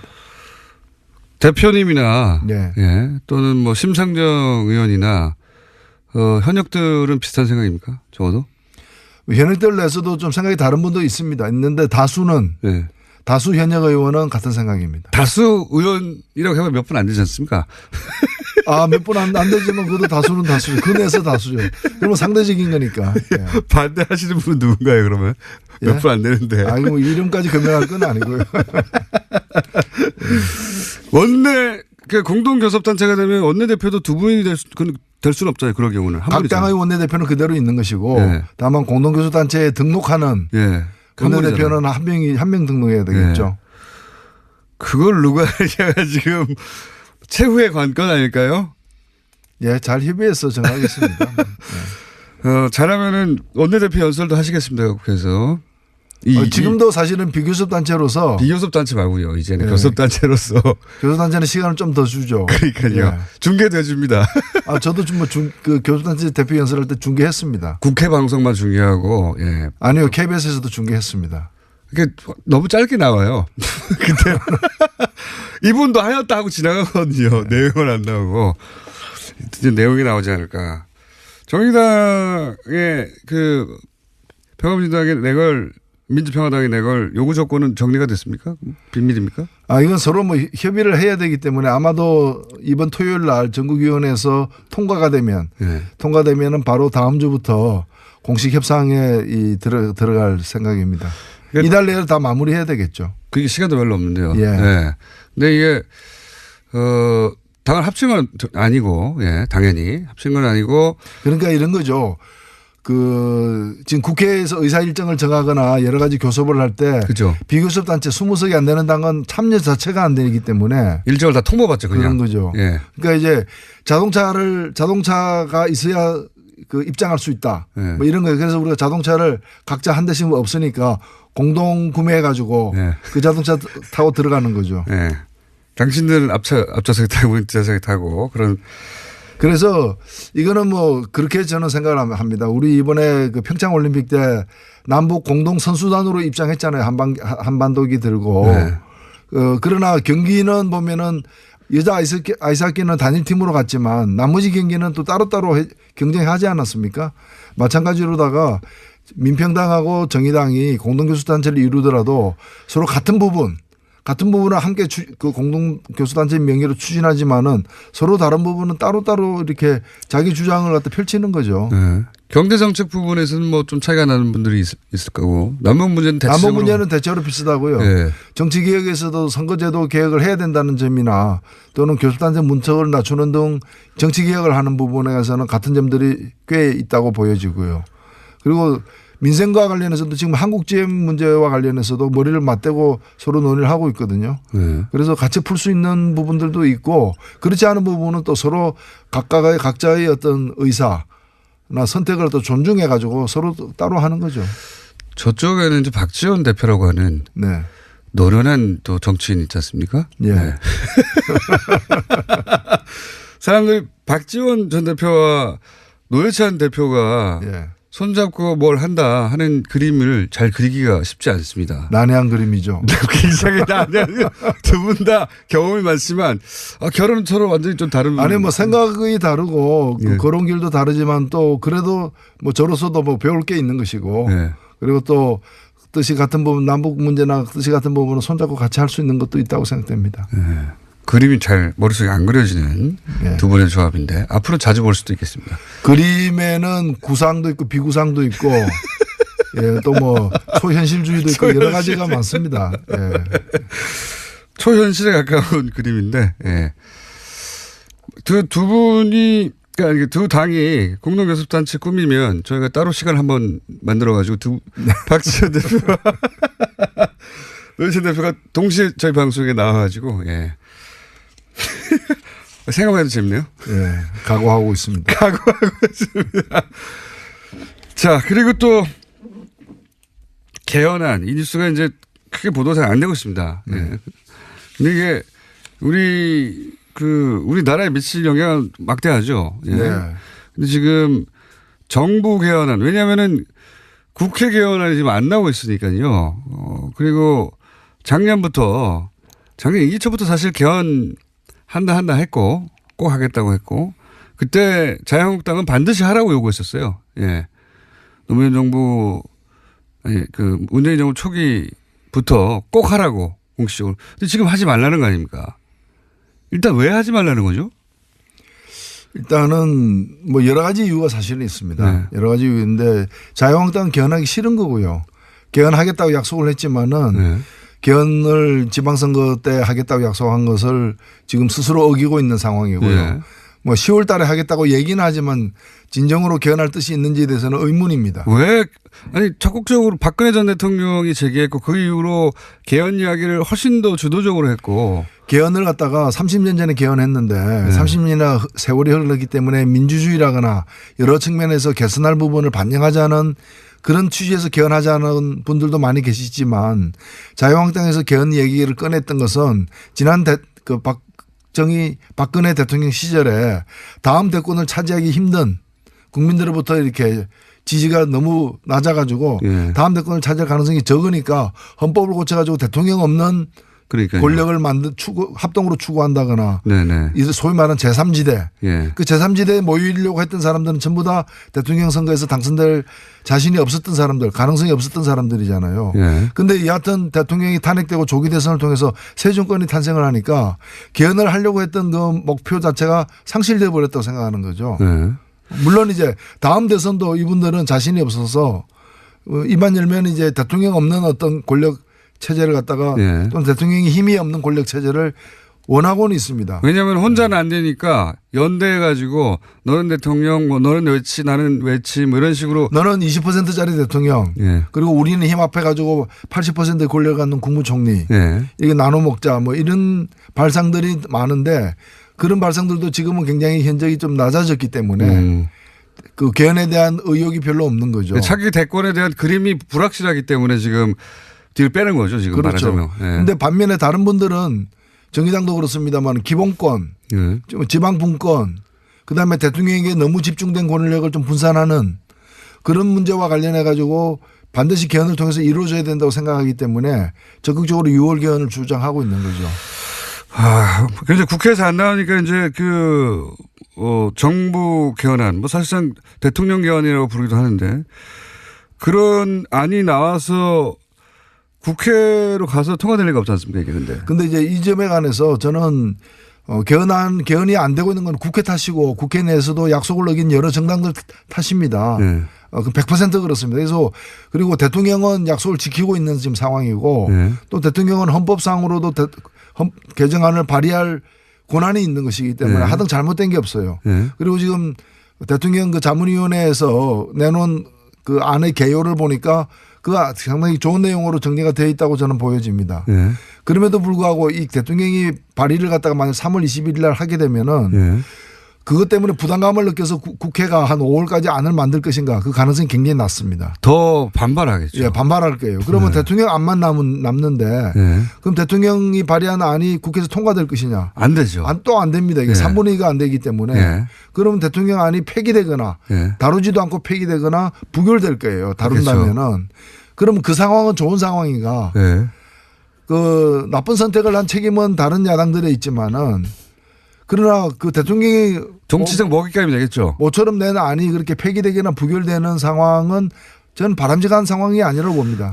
특히 그 시점이 4월 말 남북 정상회담 5월 말 북미 정상회담을 되는 상황에서 국내에서 어쨌든 책임은 그 일부 야당에게 있지만 보수 야당에게 있지만은 대통령의 난이 막 망가지고 이렇게 부서지는 그리고 나서 이제 그게 대통령이 이제 국내 예를 들어서 사실이 아니지만 근데 요즘 워낙 가짜 뉴스를 말도 안 되게 만들어내니까 장기 집권하려고 대통령이 몰래 그런 표현 쓸 거예요 아마 몰래 개정안을 만들어 가지고 개헌안을 만들어 지금 밀어붙이려고 한다. 이미 뭐 사회주의 헌법이니 뭐인데 저는 그런 비난이 그런 가짜 뉴스에 근거한 비난이 두려운 게 아니고 뭔가 뭐처럼 이제 헌법상의 합법적 권리이기도 하고 좋은 내용으로 만들었지만 국회에서는 그것이 통과가 안 되는 그 상황 그걸 통해서 이제 보수 야당들이 나쁘다는 걸 증명할 수는 있지만 증명만 하는 게 아니라 그 안도 망가지고 또 개헌에 관련 논의도 다칠 수 있고 하기 때문에 대혼란이 일어나겠죠. 예. 정치적으로는. 예. 제가 어제 그 우원식 원내대표를 만난 자리에서 예. 이 우려를 전달했습니다. 그래서 만들고 국민들에게 이런 대통령의 안을 갖다가 제시하고 또 국회에서 검토할 수 있게 던지는 것까지는 괜찮은데 공식 발의 절차를 밟는 것에 대해서는 신중할 필요가 있다. 그 지적은 저도 공감할 바가 있고요. 그리고 이제 이게 이제 원래 이런 거는 정쟁의 수사를 만들어서 왜냐면 내용들을 읽어볼 사람도 거의 없고요. 실제로 일반인 중에는. 그리고 이제 뉴스에 나오는 짤막한 제목 가지고 판단하는 경우가 되게 많은데, 그러면 이게 남북회담, 북미회담을 다 덮진 못하더라도 상당 정도 깎아먹을 수도 있어요. 뉴스가 안 보이게, 뉴스를 키워가지고. 저도 그런 우려가 있긴 있는데, 문재인 대통령 스타일상 또 하자가 없는 원칙인데, 이게. 여기 어디에 하자가 있는가. 사실 하자는 없거든요. 이건 정무적 판단이지. 그래서 저는 그 안을 제출하되 절차를 밟지 않고 그냥 제출만 해놓고 살아있는 안으로 그래서 그걸 가지고 계속 압박을 해나가는 그래서 6월 달에는 보수 야당들의 그 약속 위반으로 안 되더라도 10월이든 언제든 좀 될 수 있도록 물론 그 가능성이 큰 건 아니겠습니다만은 안을 살려두는 게 좋지 않겠는가 그렇게 생각합니다. 저도 공감하는 부분이 있습니다만 우리 뜻대로 대통령이 움직이는 건 아니니까요. 예. 본인 마음대로 하겠죠. 본인 마음대로 할 텐데 갑자기 그 생각도 듭니다. 시간이 다 됐는데 요 얘기 그 교섭단체 저는 사실 정의당이 언제 교섭단체가 되겠는가 항상 교섭단체가 되면 안 된다가 아니라 돼야 할 텐데 이 현 선거제에서 가능하겠는가 항상 그런 생각을 한 20년 가까이 하는데 네. 진보정당이 근데 이제 공동교섭단체 이것도 사실 안철수 대표에게 감사해야 하는 일이군요. 예. 본인이 의도하지 않았으나 나비의 효과로 여기까지 왔는데 그런데 요걸 보면서 무슨 생각을 하냐면 정의당이 장관으로 같이 참여한다든가 그거 가능하지 않습니까? 예, 뭐 정치 불가능한 게 있겠습니까? 그러니까요. 그 이전에는 불가능했던 일들이 좀 더 적극적으로 파격적으로 이루어졌으면 좋겠다는 생각도 듭니다. 그렇죠. 저희가 뭐 마이카는 아니지만 아워카를 이제 타게 되니까 뭐 마이카를 갖게 되는 날도 조만간 오겠죠. 다음 선거에서는 마이카를 갖도록 하겠습니다. 예. 그 전에라도 공동교섭단체 원내대표로서 뭐 장관 몇 개 내놓으라고. 그런 협박도 가능하죠. 네, 뭐 뉴스 공장에서 대접이 달라지겠죠. 커피를 2잔 준다거나. 알겠습니다. 지금까지 정의당의 노회찬 원내대표였습니다. 감사합니다. 네, 감사합니다. 오늘 일본이 북미 정상회담에 어떻게 반응하고 있는가 짚었는데 이번에는 중국이 어떻게 반응하고 있는가 짚어보겠습니다. 중국 동아대 우수근 교수님 스튜디오에 오늘도 나오셨습니다. 안녕하십니까? 네, 안녕하십니까? 네. 지난번 나오셨을 때 대박이었는데, 예. 시간이 없어서 전달하고 싶은 게 너무 많아서요. 예. 그 정도 많이 하셨어요. 예. 폭발적인 반응이었는데. 감사합니다. 자, 우선, 그 얘기부터 해야 되겠습니다. 일본이 엄청 당황했다. 물론 뭐 전 세계가 다 당황했어요. 당황하거나, 근데 그 당황의 종류가 놀라움, 기쁨 이것도 있고 큰일 났다, 우려 이런 게 있지 않습니까? 일단 중국은 어떤 종류의 당황입니까? 한국 언론에서 제가 질문 드린 이유는 중국 패싱을 우려한다 뭐 이런 식의 걱정한다는 식의 보도도 있거든요.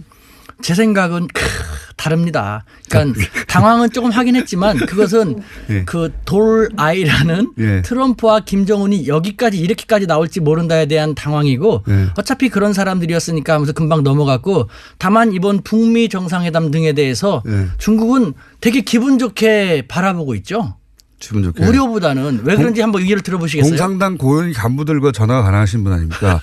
쭉 이렇게 돌려봤더니 어떤 반응입니까? 한번 들어보십시오. 그러니까 첫 번째 지금 이 중국에서는 북미 정상회담에 대해서 대체로 약 4가지 관점으로 바라보고 있다라고 정리할 수 있을 것 같은데요. 네. 첫 번째는 그동안 중국은 계속 대화와 타협을 통한 해결을 주창해 왔지 않습니까? 그렇죠. 이번에 문재인 대통령이 고맙게도 네. 중국이 주창했던 것을 그대로 들어주고 있지 않습니까? 네. 중국 입장에서는. 네. 네. 그러니까 즐겁죠. 자기가 한 말이 맞았다. 그렇죠. 네. 그리고 두 번째로는 중국은 쌍중단을 요구했지 않습니까? 네. 도발하지 마라. 네. 북한. 그리고 한미 군사훈련을 줄임으로써 북미 대화가 필요하다라고 했는데 이번에 또 대통령을 통해서 성사되고 있지 않습니까? 자기 주장이 맞았다. 네. 그러니까 네. 이 또한 즐겁지 아니한가라는 것이죠.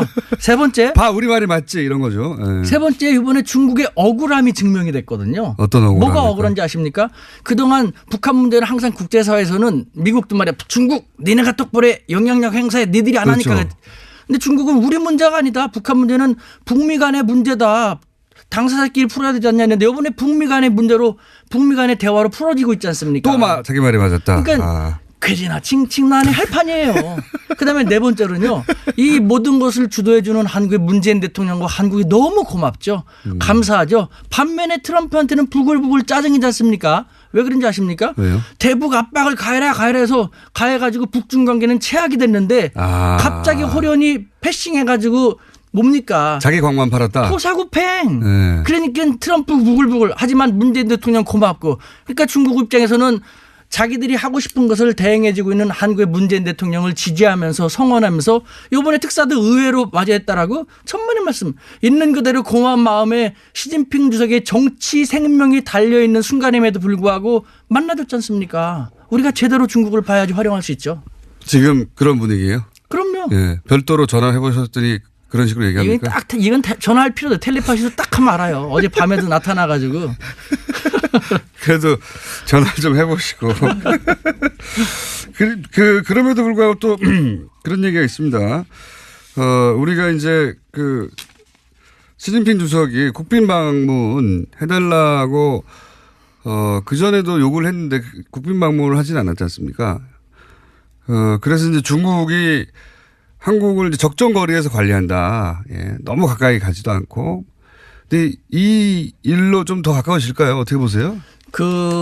중국이 한국을 적정거리에서 관리한다는 것도 저는 동의하지 않습니다. 그래요? 잘못된 시각이고 제가 생각할 때는요. 예. 왜 그러냐면 들어보시죠. 예. 그러니까 시진핑 주석이 국빈 방문을 한국에 해야지만 정상 방문을 해야지만 한중 관계가 더 개선된다라는 중국의 시그널이 되는 것인데 중국이 대륙 후예라지만 사실 잘 보면요. 우리가 흔히 말하는 밴댕이 무슨 딱지 같다라는 네. 속이 상당히 좁은 면도 있어요. 지금 보십시오. 지난번에 우리 대통령이 방중을 해갖고 한중 정상회담을 했지만 아직도 한중 관계 냉랭하지 않습니까? 네. 그 이유는 한국에서는 일방적으로 중국에 요구하는 것이죠.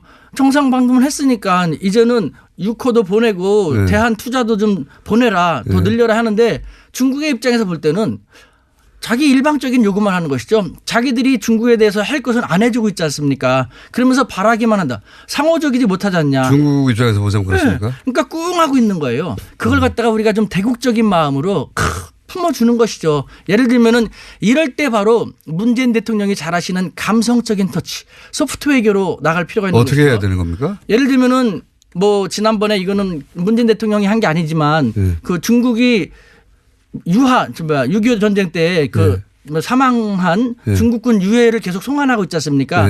엄청난 감동을 줬거든요. 이번에 우리도 감성적인 터치를 해가지고 예를 들면 중국인들이 엄청나게 감동함으로써 시진핑 주석도 야 중국 민심이 이러니까 우리 한번 가야겠다라는 생각이 들게끔 첫 번째 중국인들이 가장 좋아하는 판다 있지 않습니까? 판다. 시진핑 주석도 이 판다를 통해서 많은 힐링이 되고 했는데요.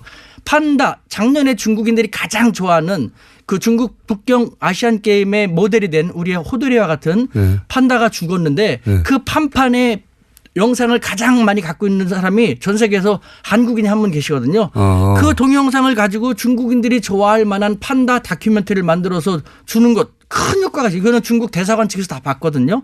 그다음에 중국 입장에서는 그렇게 하면 좋아요? 예, 중국 당국에서도 우리들이 되게 좋아하는 판다를 한국 사람들이 갖고 있다가 이렇게 우리를 위해서 감동적인 영상을 만들어줬네라는 그리고 또 하나 이거는 좀 민감할 수 있어요. 특히 자유한국당 잘한당이죠. 뭘 잘하는지 모르지만 잘한당. 이 자유한국당은 쌍수를 들고 또 반대하겠는데 우리 문재인 대통령 피스메이커와 같은 그런 몸으로 대국적인 측면에서 중국한테 이런 제안을 하기를 바랍니다. 뭐냐면요. 경기도 파주에는요. 6.25 전쟁에 참가한 16개국의 참전 기념탑이라든가 기념비가 있거든요. 그런데 우리와 싸웠던 중국과 북한에 대한 것은 없어요. 이거에 대해서 적국이었으니까요. 네, 이거에 대해서 이제는 우리 문재인 대통령이 전쟁이라는 것은 참아는 피와 구분 없이 다 희생자다. 전쟁 광해에서 희생된 거지 않습니까? 그러니까 이제는 이 전쟁과 같은 참화가 없어지기 위해서 되풀이되지 않도록 남북 정상회담이나 북미 정상회담도 하려고 하는 거지 않습니까? 그와 같은 대승적인 측면에서 북한과 중국, 특히 중국에 대해서 중국군의 희생자들을 위한 다른 나라와 마찬가지로 뭐 위령탑이라든가 위령비를 제안하면요. 그러니까 중국은 정말 감동받을 거예요. 한반 어쨌든 당시는 우리가 배운 바대로 남한의 입장에서는 공사다를 위해서 쳐들어온 중공군이었는데 지금 이제 그 평화 국면이 만들어지고 있으니까 어쨌든 그 희생된 개개인들에 대한 위령비를 만들어서 세운다. 당시 한국 정부에서 한국에서 이제 목숨을 잃은 그 개개인 중국인들을 위한 위령비를 세운다. 이런 게 큰. 맞아요. 그래요? 그처럼 우리가 더 포용적인 자세로 이거는 그 남북 정상회담이나 북미 정상회담하고도 부합하지 않습니까?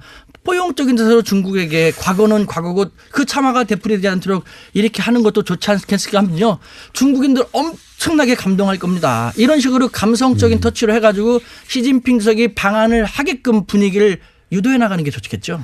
알겠습니다. 그게 이제 그 국내 정서로 과연 그게 받아들일지는 모르겠고 그렇긴 하지만 이제 중국 관점에서 보자면 그런 게 영향을 줄 것이다. 그 말씀 알겠고요.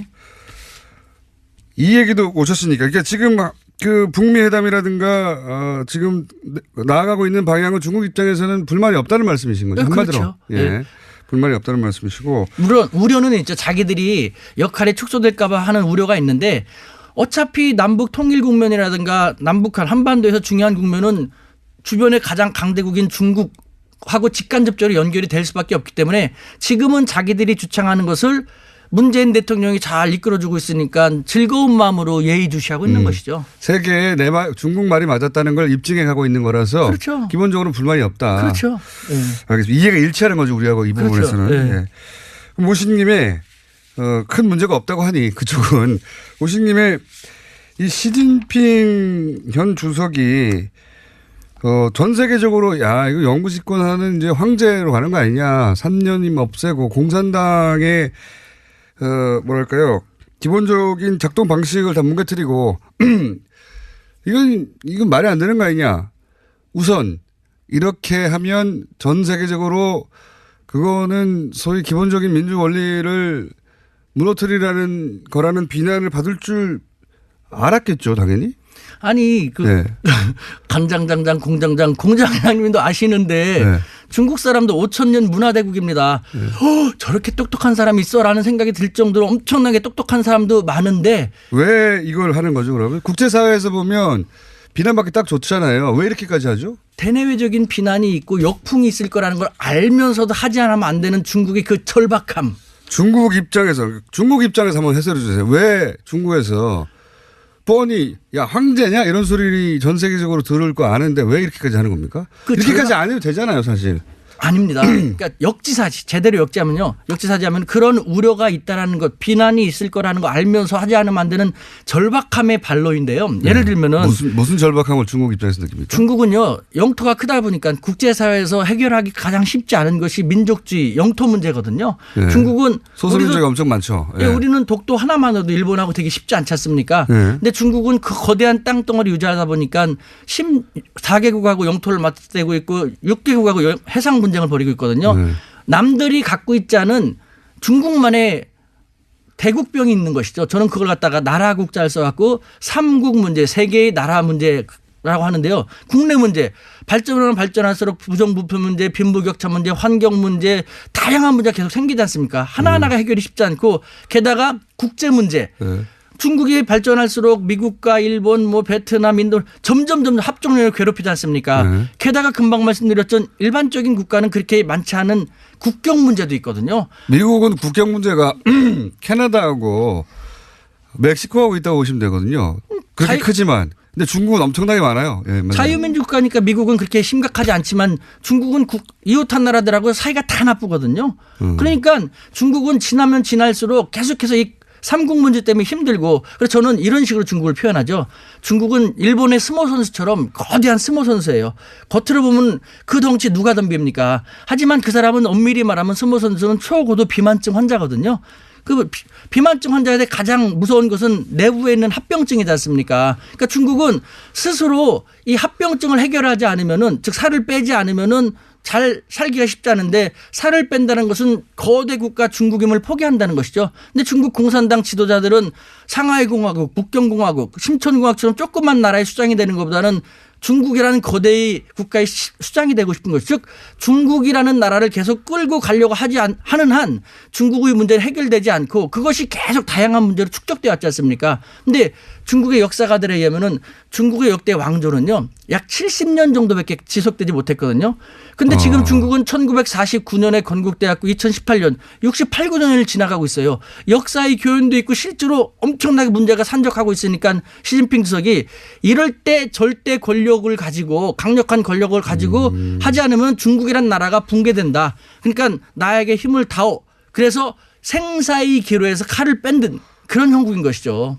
중국 그 소위 이제 지금 지도부가 가지고 있는 상황인식이 그러하다. 그렇죠. 예. 그게 지금 전 세계적인 중국도 지금 그 국제적인 국가, 국제적인 기준에 맞는 어떤 법규를 가지려고 노력하는데 그래서 당연히 비난받을 거 알지만 자기들 생각이 그렇다 지금 현재. 예. 아니 안 위기다 그러면은, 위기. 안 그러면 살 수가 없어. 이거는 중국의 역사가 끝났습니다. 다음에 뵙겠습니다. 우수근 교수님이었습니다. 안녕. 하나 꼭 제안하고 싶은 게 있었는데. 새빨간 거짓말입니다, 여러분.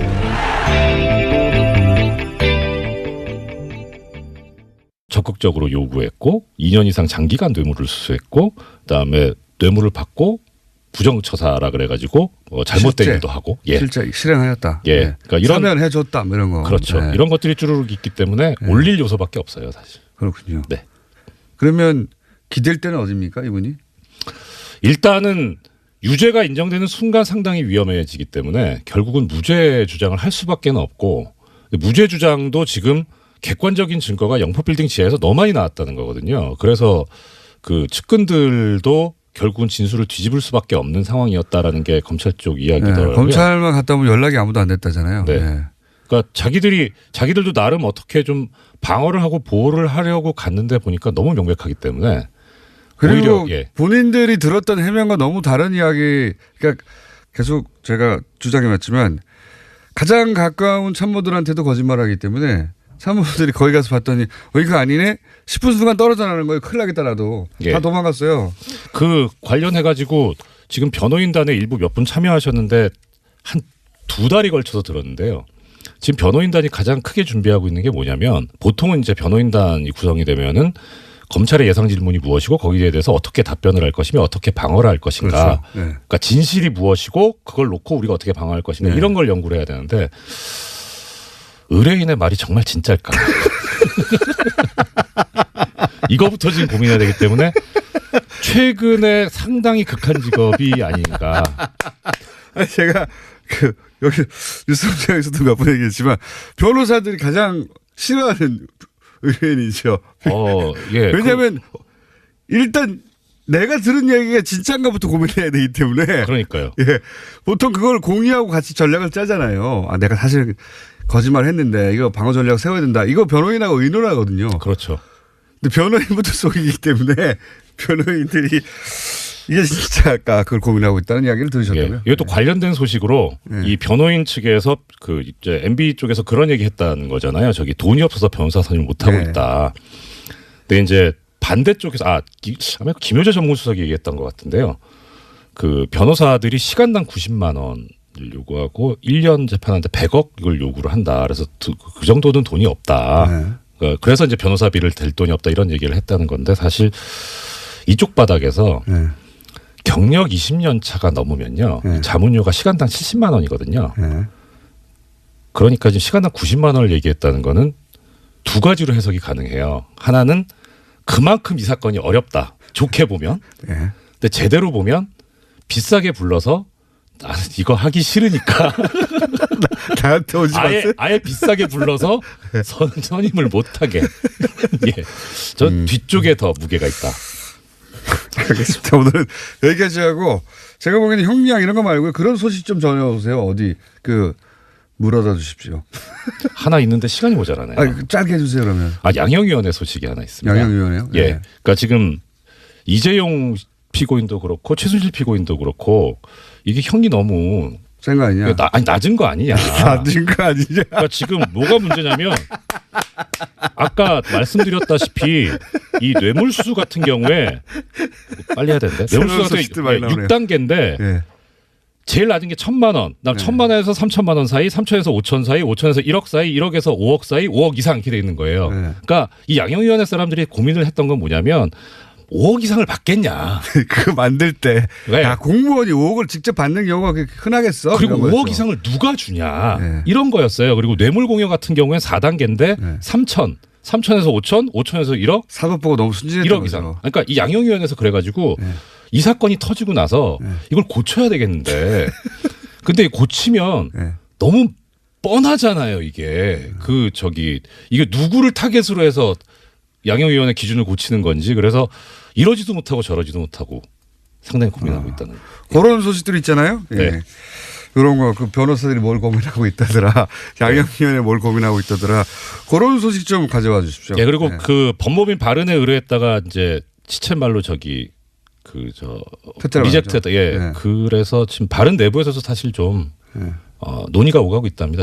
우리 너무한 거 아니냐. 그래도 그렇게 컸는데. 그때 그래서 수뇌부와 네. 소장 변호사님들 사이에 또 지금 견해가 갈려 있다. 이명박 전 대통령 덕분에 컸죠, 당연히. 그렇죠. 그건 맞습니다. 5년 내내.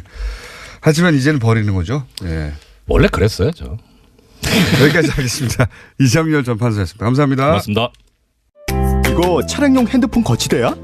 조인트라고 투임에서 새로 나왔는데 얼마나 편한지 몰라. 동생은 인터넷 강의 볼 때 태블릿 거치대로 쓰고 우리 엄마는 요리할 때 레시피 보는 용도로 쓰기도 해. 조인트라고? 우리 아빠는 골프 스윙 연습할 때도 셀카 거치대로 쓰시던걸? 그러면 나도 헬스할 때 셀카 거치대로 쓸 수 있겠네. 1, 2, 3 할 때 투, 힘 세다 할 때 힘, 투, 힘. 네이버에 투 힘을 검색해보세요.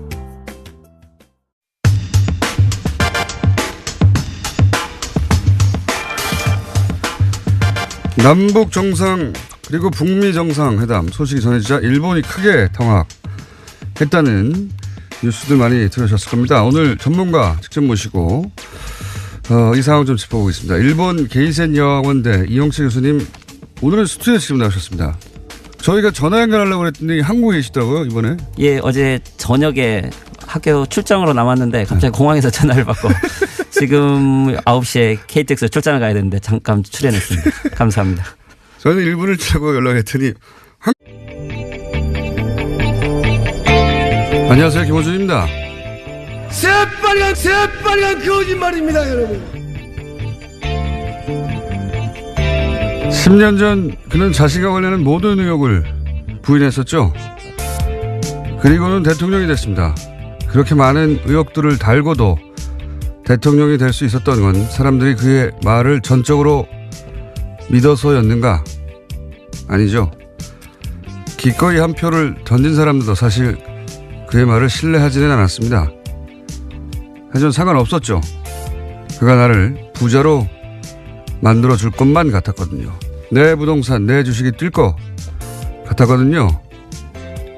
내가 부자가 될 수 있는데 거짓말 좀 하는 게 뭐 큰 대수인가.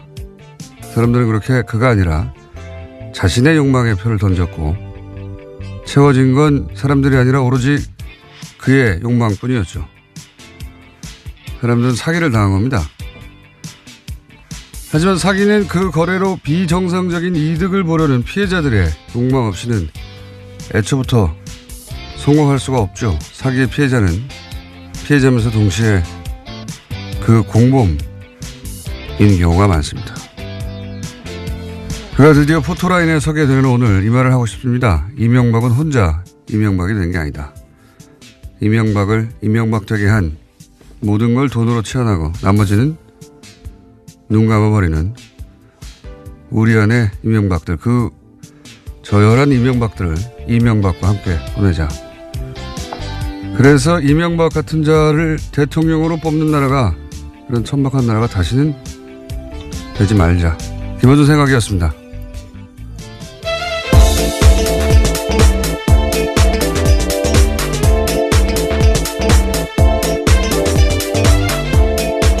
시사인의 김은지입니다. 상쾌한 아침입니다. 네, 유달리 그렇게 느껴지네요. 예. 날도 밝은 것 같고요. 개인적으로는 대략 한 9년 전 어느 날 혼자 결심한 게 있어요. 저 사람을 내 손으로 포토라인에 세우겠다. 혼자 결심한 거긴 하지만. 작년에 다스는 누구 겁니까? 그거 시작할 때 그런 얘기를 제가 많이 들었어요. 이명박 전 대통령 너무 철두철미하고 꼼꼼해서 다 피해 나갈 것이다. 평생 피해왔는데 그게 될 거 아니야. 그런 말들을 주변에 참 많이 들었어요. 예. 소용없으니까 딴 데 집중하라고.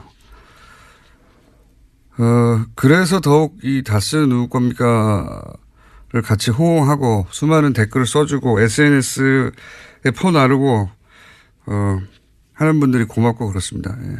왜 안 됩니까? 다 같이 하니까 되잖아요. 예. 자, 원래는 제가 포토 라인에 서게 되는 날 이 차로 그 뒤를 따라가면서 아무 말 없이 웃기만 하는 게 저의 계획이었는데, 그때는 제가 생방송 라디오를 당일날도 하고 있을 줄은 예상을 못했어요. 저한테 라디오 진행을 할 수 있게 해준 TBS 식구들이 참 원망스럽습니다. 굉장히 놀라운 반전의 이야기 뒤에 하시네요. 자, 관련 뉴스가 많죠. 예. 네, 그렇습니다. 드디어 다스는 누구 겁니까에 대한 대답을요, 이명박 전 대통령에게 검찰이 공식적으로 묻게 됩니다. 오늘 오전 9시 반 이명박 전 대통령이 서울중앙지검에 출석하는데요. 이명박 전 대통령에게 적용된 혐의는 거의 20가지 가까이 된다라고 합니다. 이 가운데 핵심은 뇌물과 횡령 그리고 직권남용 등일 텐데요. 검찰이 파악한 이명박 전 대통령의 뇌물 혐의 액수는 100억 원이 넘는다라고 합니다. 100억 원이 이제 일반인들에게는 엄청난 금액인데, 제가 이명박 연구가로서 뭐 뇌물들 1억들 등장하고 2억들 등장하고 뭐 이렇게 다 여기저기 모아봤더니 100억이 된 거잖아요. 예. 근데 이제 그 이명박 전 대통령이 돈을 대하는 태도를 보면 물론 공평합니다. 그게 1억이든 100억이든 다 똑같이 대하는 공평한 태도가 있어요. 다 같이 소중하게 생각하는. 근데 그 100억 정도 이거 있잖아요. 그 일반인들한테는 공과금? 내지는 그 왜 군것질 좀 하면서 주말에 쇼핑 좀 하고 그럴 때 그런 느낌의 액수예요. 예. 이건 뭐 푼돈입니다. 푼돈. 예. 그분에게는. 일단 여기서 시작해야 하는 건데 갈 길이 아주 멉니다. 자, 요 자세한 혐의와 그 예상 형량 관련 법률적인 전망은 잠시 후에 이정열 전 판사 현 사무장 해설해 주시겠고, 다음 뉴스는 뭡니까? 네, 이명박 전 대통령이 며칠째 검찰 수사에 대비하고 있다라고 하는데요. 검찰 수사는 정치보복이다라는 전략을 세운 것으로 알려졌습니다. 뿐만 아니라 어제 기자들과 만나서 김효재 전 정무수석이 한 말이 있는데요. 전 재산을 사회에 환원했기 때문에 이명박 전 대통령이 변호사 선임에 재정적으로 어려움을 겪고 있다라고 합니다. 네, 많은 분들을 빵 터지게 한 거죠. 저는 뭐 매우 이명박적이다. 마지막까지. 예. 돈과 감옥 중 선택해야 될 기로에 섰을 때 돈을 선택하는 거죠. 예. 네, 서울시장 4년 동안 월급 한 푼 안 받았다. 변호인단에 매우 큰 돈이 들어가는데 어려움이 있다라고요. 어제 김효재 전 수석이 밝혔습니다. 이시영 씨도 갑자기 평사원이 됐다는 거 아닙니까? 예. 네, 어제 저녁 채널A 보도였는데요. 이명박 전 대통령 소환 앞두고 그러니까 그제요. 갑자기 다스의 감사법무실 소속 평사원으로 발령이 났다라고 합니다. 또 다스 내부 조직도에서 이시영 씨 이름이 사라졌다라고 하는데요. 다스 내부에서는 고의적인 인사 강등이다라는 주장이 나오고 있습니다. 다스 측도 이에 대해서는 뚜렷하게 해명하지 못하고 있다고 합니다. 그러니까 이제 이시영 씨가 회사 모든 걸 장악하고 그런 게 아니고 뭐 이렇게 일이 어려워지니까 이시영 씨를 강등시킨 걸 봐라. 실세가 아니다. 뭐 이런 식의 이제 논리를 스스로 세운 거거든요. 이게 이 뉴스를 보면서 이제 모든 사람이 다 떠났구나. 머리가 이렇게밖에 안 돌아가는구나. 그러니까 이거 초등학교 대행이거든요. 예. 네, 초고속으로 전무로 승진한 바가 있습니다.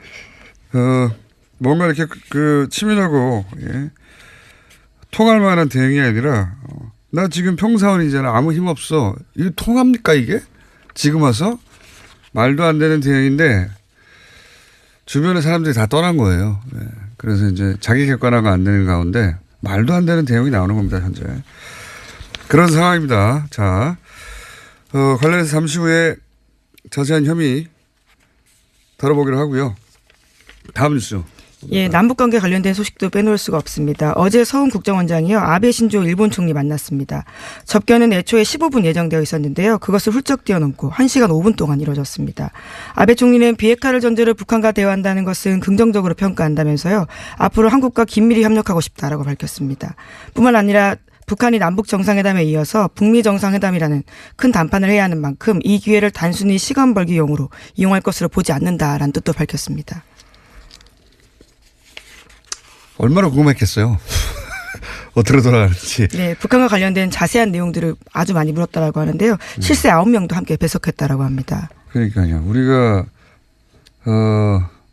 서울 국정원장 갔더니 9명이 드드득 나와가지고 지금 어떻게 돌아가는 거냐고 묻는 거 아닙니까?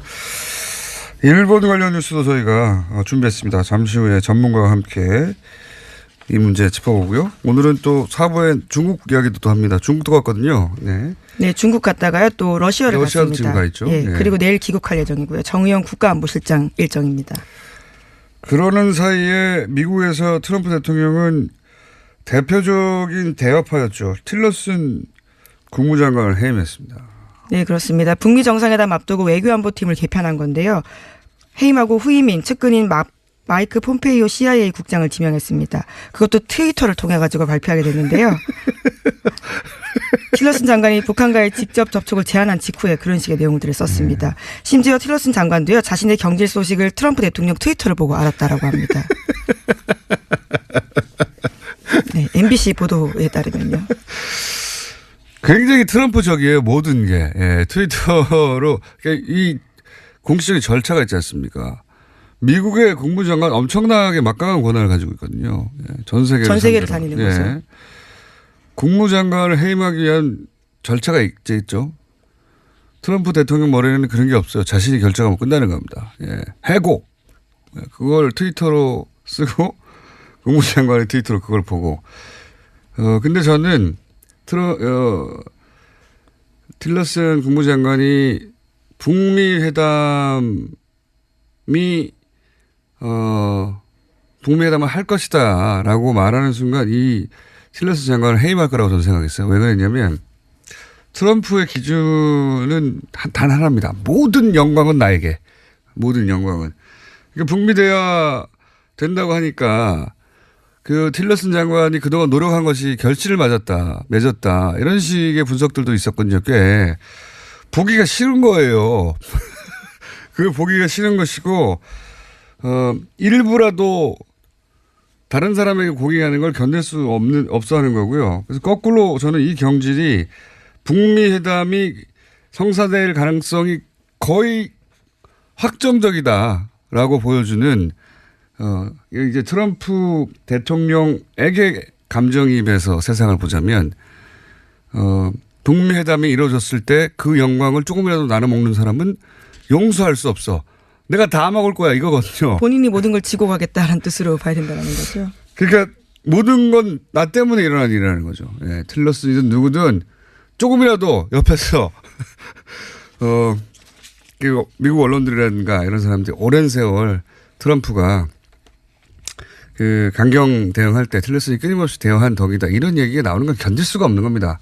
그래서 하는 얘기는 북미 대화가 정상이 되면 성사되었을 때 생각하는 거죠. 이거 딴 사람이 가져가면 안 된다고. 예.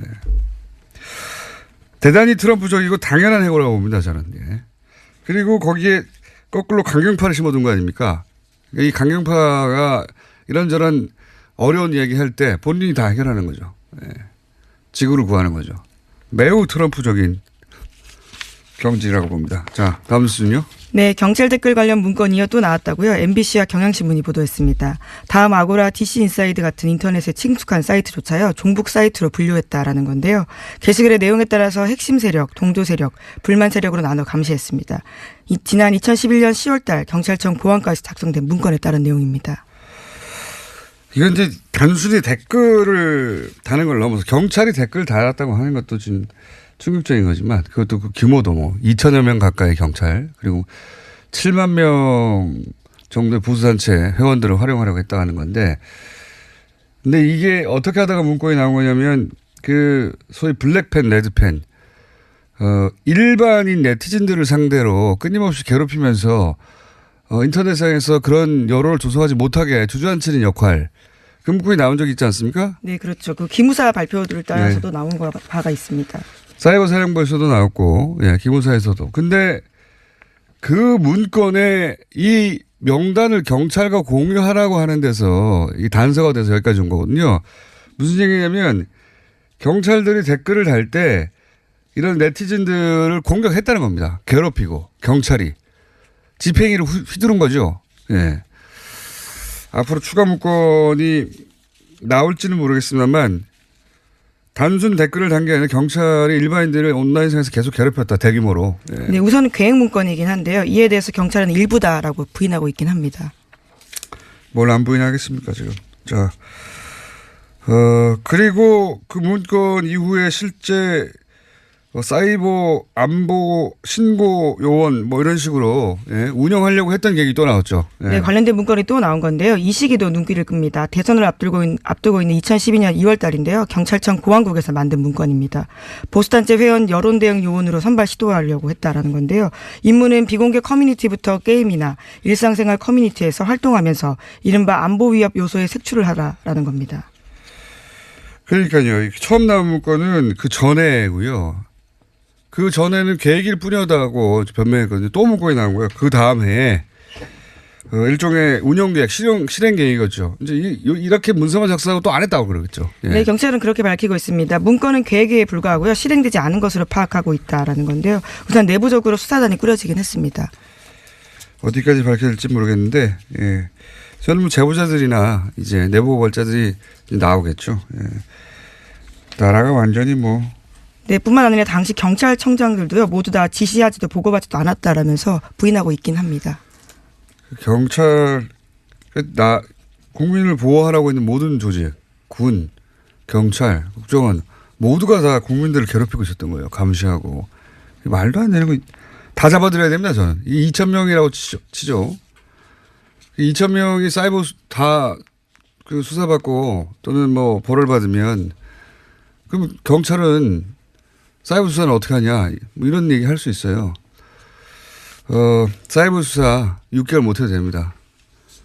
다시는 이런 일이 없도록 예. 관련자는 모조리 다 처벌해야 된다. 친일파가 그 논리로 넘어가가지고 아직도 그 문제를 해결하지 못하고 있는 거군요. 다시는 못하게 해야 됩니다. 이런 것도. 자, 이정현 판사님 옆에서 꿈뻑꿈뻑하고 벌써 앉아 계시기 때문에. 자, 오늘 여기까지 하겠습니다. 시사인의 김은지였습니다. 감사합니다.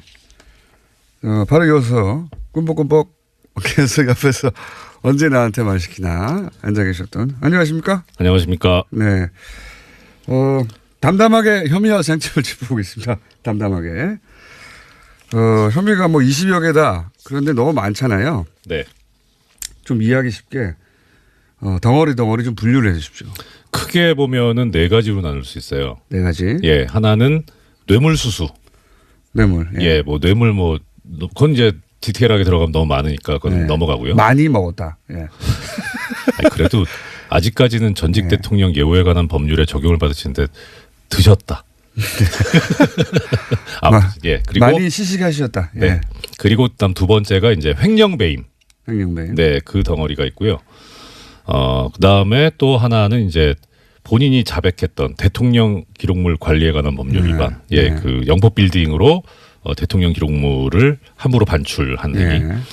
이게 대체로 이렇게 큰 세 덩어리가 있고. 유형으로 따지면 크게 세 개가 있다. 그다음 이제 기타. 이제 여러 가지 좀 잡스러운 것들. 크게 사실 잡스러운 범죄는 아닌데 횡령배임이나 뇌물수수에 비하면 상당히 잡스러운 뭐 예를 들어 직권남용이라든가 형량이 낮기 때문에 그리고 뭐 공직선거법 위반이라든가 공직선거법 위반이 잡스럽다니요. 이게 저기 다른 거는 무기징역까지 있는데 그리고 뭐 이제 군형법 위반이라든가 뭐 그런 것들 그다음에 지금 아직까지 드러나고 있지는 않은데 쟁점 중에 하나가 지금 다스의 실소유자가 누구냐와 관련해서 이어질 수 있는 게 다스의 실소유자가 이명박 전 대통령으로 밝혀지는 경우에는 당연히 따라오는 게 이제 BBK거든요. 그렇죠. 그럼 이제 주가 조작을 했었던 일이 있습니다. 그게 이제 사실은 많은 사람을 이제 피눈물을 흘리게 하고 거기서부터 대중적으로 이건 뭐 큰 문제 있는 거 아니야 이렇게 알려진 거잖아요. 그렇죠. 그게 지금 처벌 가능합니까? 일단 지금 액수에 따라 달라질 수 있는데요. 액수가 얼마냐에 따라 법에 정해진 형이 달라집니다. 제 말은 공소시효. 그러니까요. 예. 그러니까 1000억대 피해자 이렇게 얘기하거든요. 예, 아직 그 부분에 관해서 명확하게 나온 것도 없고 그래서 그렇기는 한데 액수가 상당히 많게 되면은 최대 무기징역까지 가능하거든요. 이게. 그 무기징역이 되게 되면은 일단은 지금 현재 그 상으로는 공소시효가 무기징역에 해당하면은 공소시효가 15년이에요. 15년. 예. 그런데 2007년 12월 21일 날 이게 15년이 됐고 그 전 규정에 의하면은 10년이었거든요. 그러니까 지금 퇴임한 지 이제 5년이 좀 넘었잖아요. 그리고 중간에 이제 대통령으로 재직했던 기간 5년이 있습니다. 여기는 이제 헌법 규정에 의해서 공소시효가 정지가 돼요. 그러니까 취임하기 5년 안에 있었던 범죄라면 그러면 적용이 될 수도 있어요. 취임하기 5년 안에. 예. 2008년 취임했는데요. 그렇죠. 그러니까 참여정부 출범해서 그 기간 안에 이루어졌던 범죄라면은 BBK 주가 조작 사건도 가능성이 있어요. 근데 주가 조작은 그 직전에 일어난 일인데. 그러니까 이게 그 범죄 행위 종료 시점이 언제냐에 따라 다르거든요. 140억을 돌려받을 때까지 계속 이어지는 거 아닙니까? 그거는 좀 다릅니다. 그러니까 주가 조작이 아니고 그 140억을 돌려받은 거 아까 말씀드렸던 직권남용 그 부분에 관련이 있는 거죠. 아슬아슬하네요. 예, 그게 사실 이게 사실 드릴 말씀은 아닌데 이제 법률 종사자 입장에서는 참 이게 흥미롭고 연구 가치가 있는. 예. 그러니까 조금 전에 공장장님께서 범죄의 시작과 끝은 어디인가 따지는. 그렇죠. 그러니까 범죄가 종료돼야 그때부터 공소시효가 시작이 되거든요. 그렇죠. 그러니까 이게 끝나는 시점이 언제냐. 그러니까 주가 조작이라고 하는 일련의 과정들. 끝나는 시점이 언제냐로 보는 것이다. 그렇죠. 근데 이게 그거는 아무리 생각해도 140억을 돌려받는 데까지인데요. 왜냐하면은 이 140억은 주가 조작을 해서 만든 돈이 빠져나간 거거든요. 그 돈을 되돌려 받는데 직권을 남용하긴 했지만 되돌려 받음으로 해서 주가 조작을 발생한 이익을 다시 얻는 범죄 완성이 되는 거 아닙니까? 이런 상쾌한 날에 그 부분에 관한 답은 약간 부정적인 쪽에서 제가 안 드리는 걸로. 기왕이면 거기까지 갔으면 좋겠는데. 모든 것은 거기서 시작되었는데. 그렇죠. 예. 안타깝게도 그 주가 조작으로 피해를 입은 분들은 보상을 받지 못할 수도 있는. 예, 민사시효는 더 짧기 다르지만, 때문에 민사시효는 지금 대통령 재직 중 기간이 소멸시효 정지나 뭐 중단 사유가 아니라서 BBK 관련은 빠져나갈 수도 있다. 예, 그럴 수 있습니다. 다만 이제 하나 좀 더 뭐라 그럴까 희망을 가질 수 있는 부분은 이걸 말씀드리면 되겠네요. 공범자가 기소돼서 처벌을 받게 되면 그 기간은 공소시효가 정지됩니다. 근데 김경준 씨가 처벌받았잖아요. 그러니까 이게 여러 가지 복합적인 사유가 있어요. 그 연구 사례네요. 네. 이렇게까지 복잡한 사례가 별로 없죠. 저는 아직 못 봤습니다. 그렇구나. 잘 연구해 주시고 다음 시간에 BBK는 가능한가? 주가 조작은 가능한가? 네. 이 BBK 사건 안에 이명박 전 대통령이 할 수 있는 모든 기술이 다 들어가 있거든요, 여기에. 그렇죠. 정확한 표현인지 모르겠는데 펀더멘탈이죠. 모든 기술이 총 집결돼 있어요, 여기 보면. 예. 그 이유는 그것의 반복일 뿐이었다. 예, 이렇게 말할 수 있거든요. 자, 그렇고요. 지금 총 한 20여 가지 된다고 하는데 이제 크게 나누면 3가지 정도 되는 거고요. 그러니까 기타까지 4가지. 기타. 네. 기타는 다른 사람들은 많습니다. 보통 네. 그 기타의 한두 건으로 이제 그것만 해도 지금 실형 선고사안이 있는데 기타는 다루지 않기로 하겠습니다. 다루지 않겠고 가장 큰 덩어리. 예. 오늘은 간략한 정리니까 사실 포토라인 쓰고 나면 뉴스가 더 많이 나오거든요, 이제. 예. 하나 애청자 여러분들께 참고로 말씀드리고 싶은 거는 지금 공장장님하고 나눈 대화에 들어가 있는 혐의 중에 사자방은 빠져 있습니다. 그렇죠. 예. 그게 가장 큰 문제죠. 이건 제가 항상 드리지만 용돈 수준이고요. 이건 용돈. 그때 공과금 전기세 얼마야 할 때 이게 그 정도 느낌이군요. 일반인들한테. 예? 차비 뭐 이런 느낌이고 실제 이분이 이제 배부르다 하는 느낌의 것들은 저 해외에 다 있어요. 선거 기간 중에 광고 나왔지만 항상 배고픕니다라고 하지 않으셨나요? 그러신 것 같긴 해요. 네, 정신적으로 항상 배고파서 그렇게 많이 드신 게 아닌가 싶은데 여하간 큰 덩어리는 아직 시작되지 않아. 진짜 덩어리. 네. 진짜 덩어리는 시작되지 않았고 일단 용돈들이 잡힌 건데 예. 요 중에서 제일 큰 거는 뭡니까? 뇌물수수가 제일 큽니다. 그러니까 법정형 자체가 아까 잠깐 횡령배임도 크다고 말씀드렸었는데 횡령배임 같은 경우에는 가장 높은 형이 무기징역이긴 하지만 가장 낮은 형이 5년 이상의 징역이거든요. 근데 뇌물수수는 10년 이상의 징역이에요. 일단 시작부터가. 그렇죠. 그러니까 뇌물수수가 형량을 정하는 가장 큰 기준이 됩니다. 스타트 라인이 굉장히 높네요. 예, 높습니다. 근데 지금 액수가 10년 이상으로 지금 출발하실 액수 아닙니까? 네, 그렇죠. 예. 빨리 가시겠네요. 스트라이크. 일단 형량 문제를 약간만 말씀을 드리자면 저번에도 잠깐 말씀드렸는데 이분 자료가 많아. 어디서 찾아야 될지 모르겠어요. 여기 있다. 네. 우리나라 지금 양형위원회 양형 기준에 의하면 뇌물수수 같은 경우에 1,000만 원부터 이제 형량을 쭉쭉 정해놓고 있는데 5억 원 이상, 그러니까 6단계로 정해져 놓고 있어요. 근데 가장 높은 걸 5억 원 이상 받은 걸로 보고 있거든요. 하여튼 그건 그렇고 5억 원 이상을 받게 되면 기본 형량이 9년에서 12년 사이예요. 그러니까 1년 정도는 약간 낮춰줄 여지도 있다라는 거죠. 근데 거기서 이제 도저히 정상에 참작할 요소가 없다. 오히려 더 올려야 되겠다라고 하면 이제 기본이 11년이 되는 거예요. 11년. 예. 그러니까 출발 지점에. 그렇죠. 저번에 한번 공장님께서도 말씀하셨는데 이 깎을 요소는 전혀 없고, 예, 깎을 요소 중에 이제 가장 전형적인 게 말씀드렸던 대로 진지한 반성, 그다음에 전과 없는 거, 전과도 많으시고, 예, 해당 사항이 없으시고, 진지한 반성은 절대 없으시고, 아직도 정치 보복이라고 하고 있으니까요. 심경의 변화가 일어나서 개과천선하실 수도 있는데 그런 일은 절대 없습니다. 저도 없다는 쪽에 제로예요, 제로. 네. 그분의 평생을 걸쳐서 그런 일이 일어나지 않았습니다. 그분은 절대로 그러한 삶을 살아오지 않으셨죠. 그러니까요. 네. 그 반성이나 이런 건 절대 기대할 수 없고요. 그리고 올릴 요소는 이제 전에 말씀드렸던 대로 3급 이상 공무원이고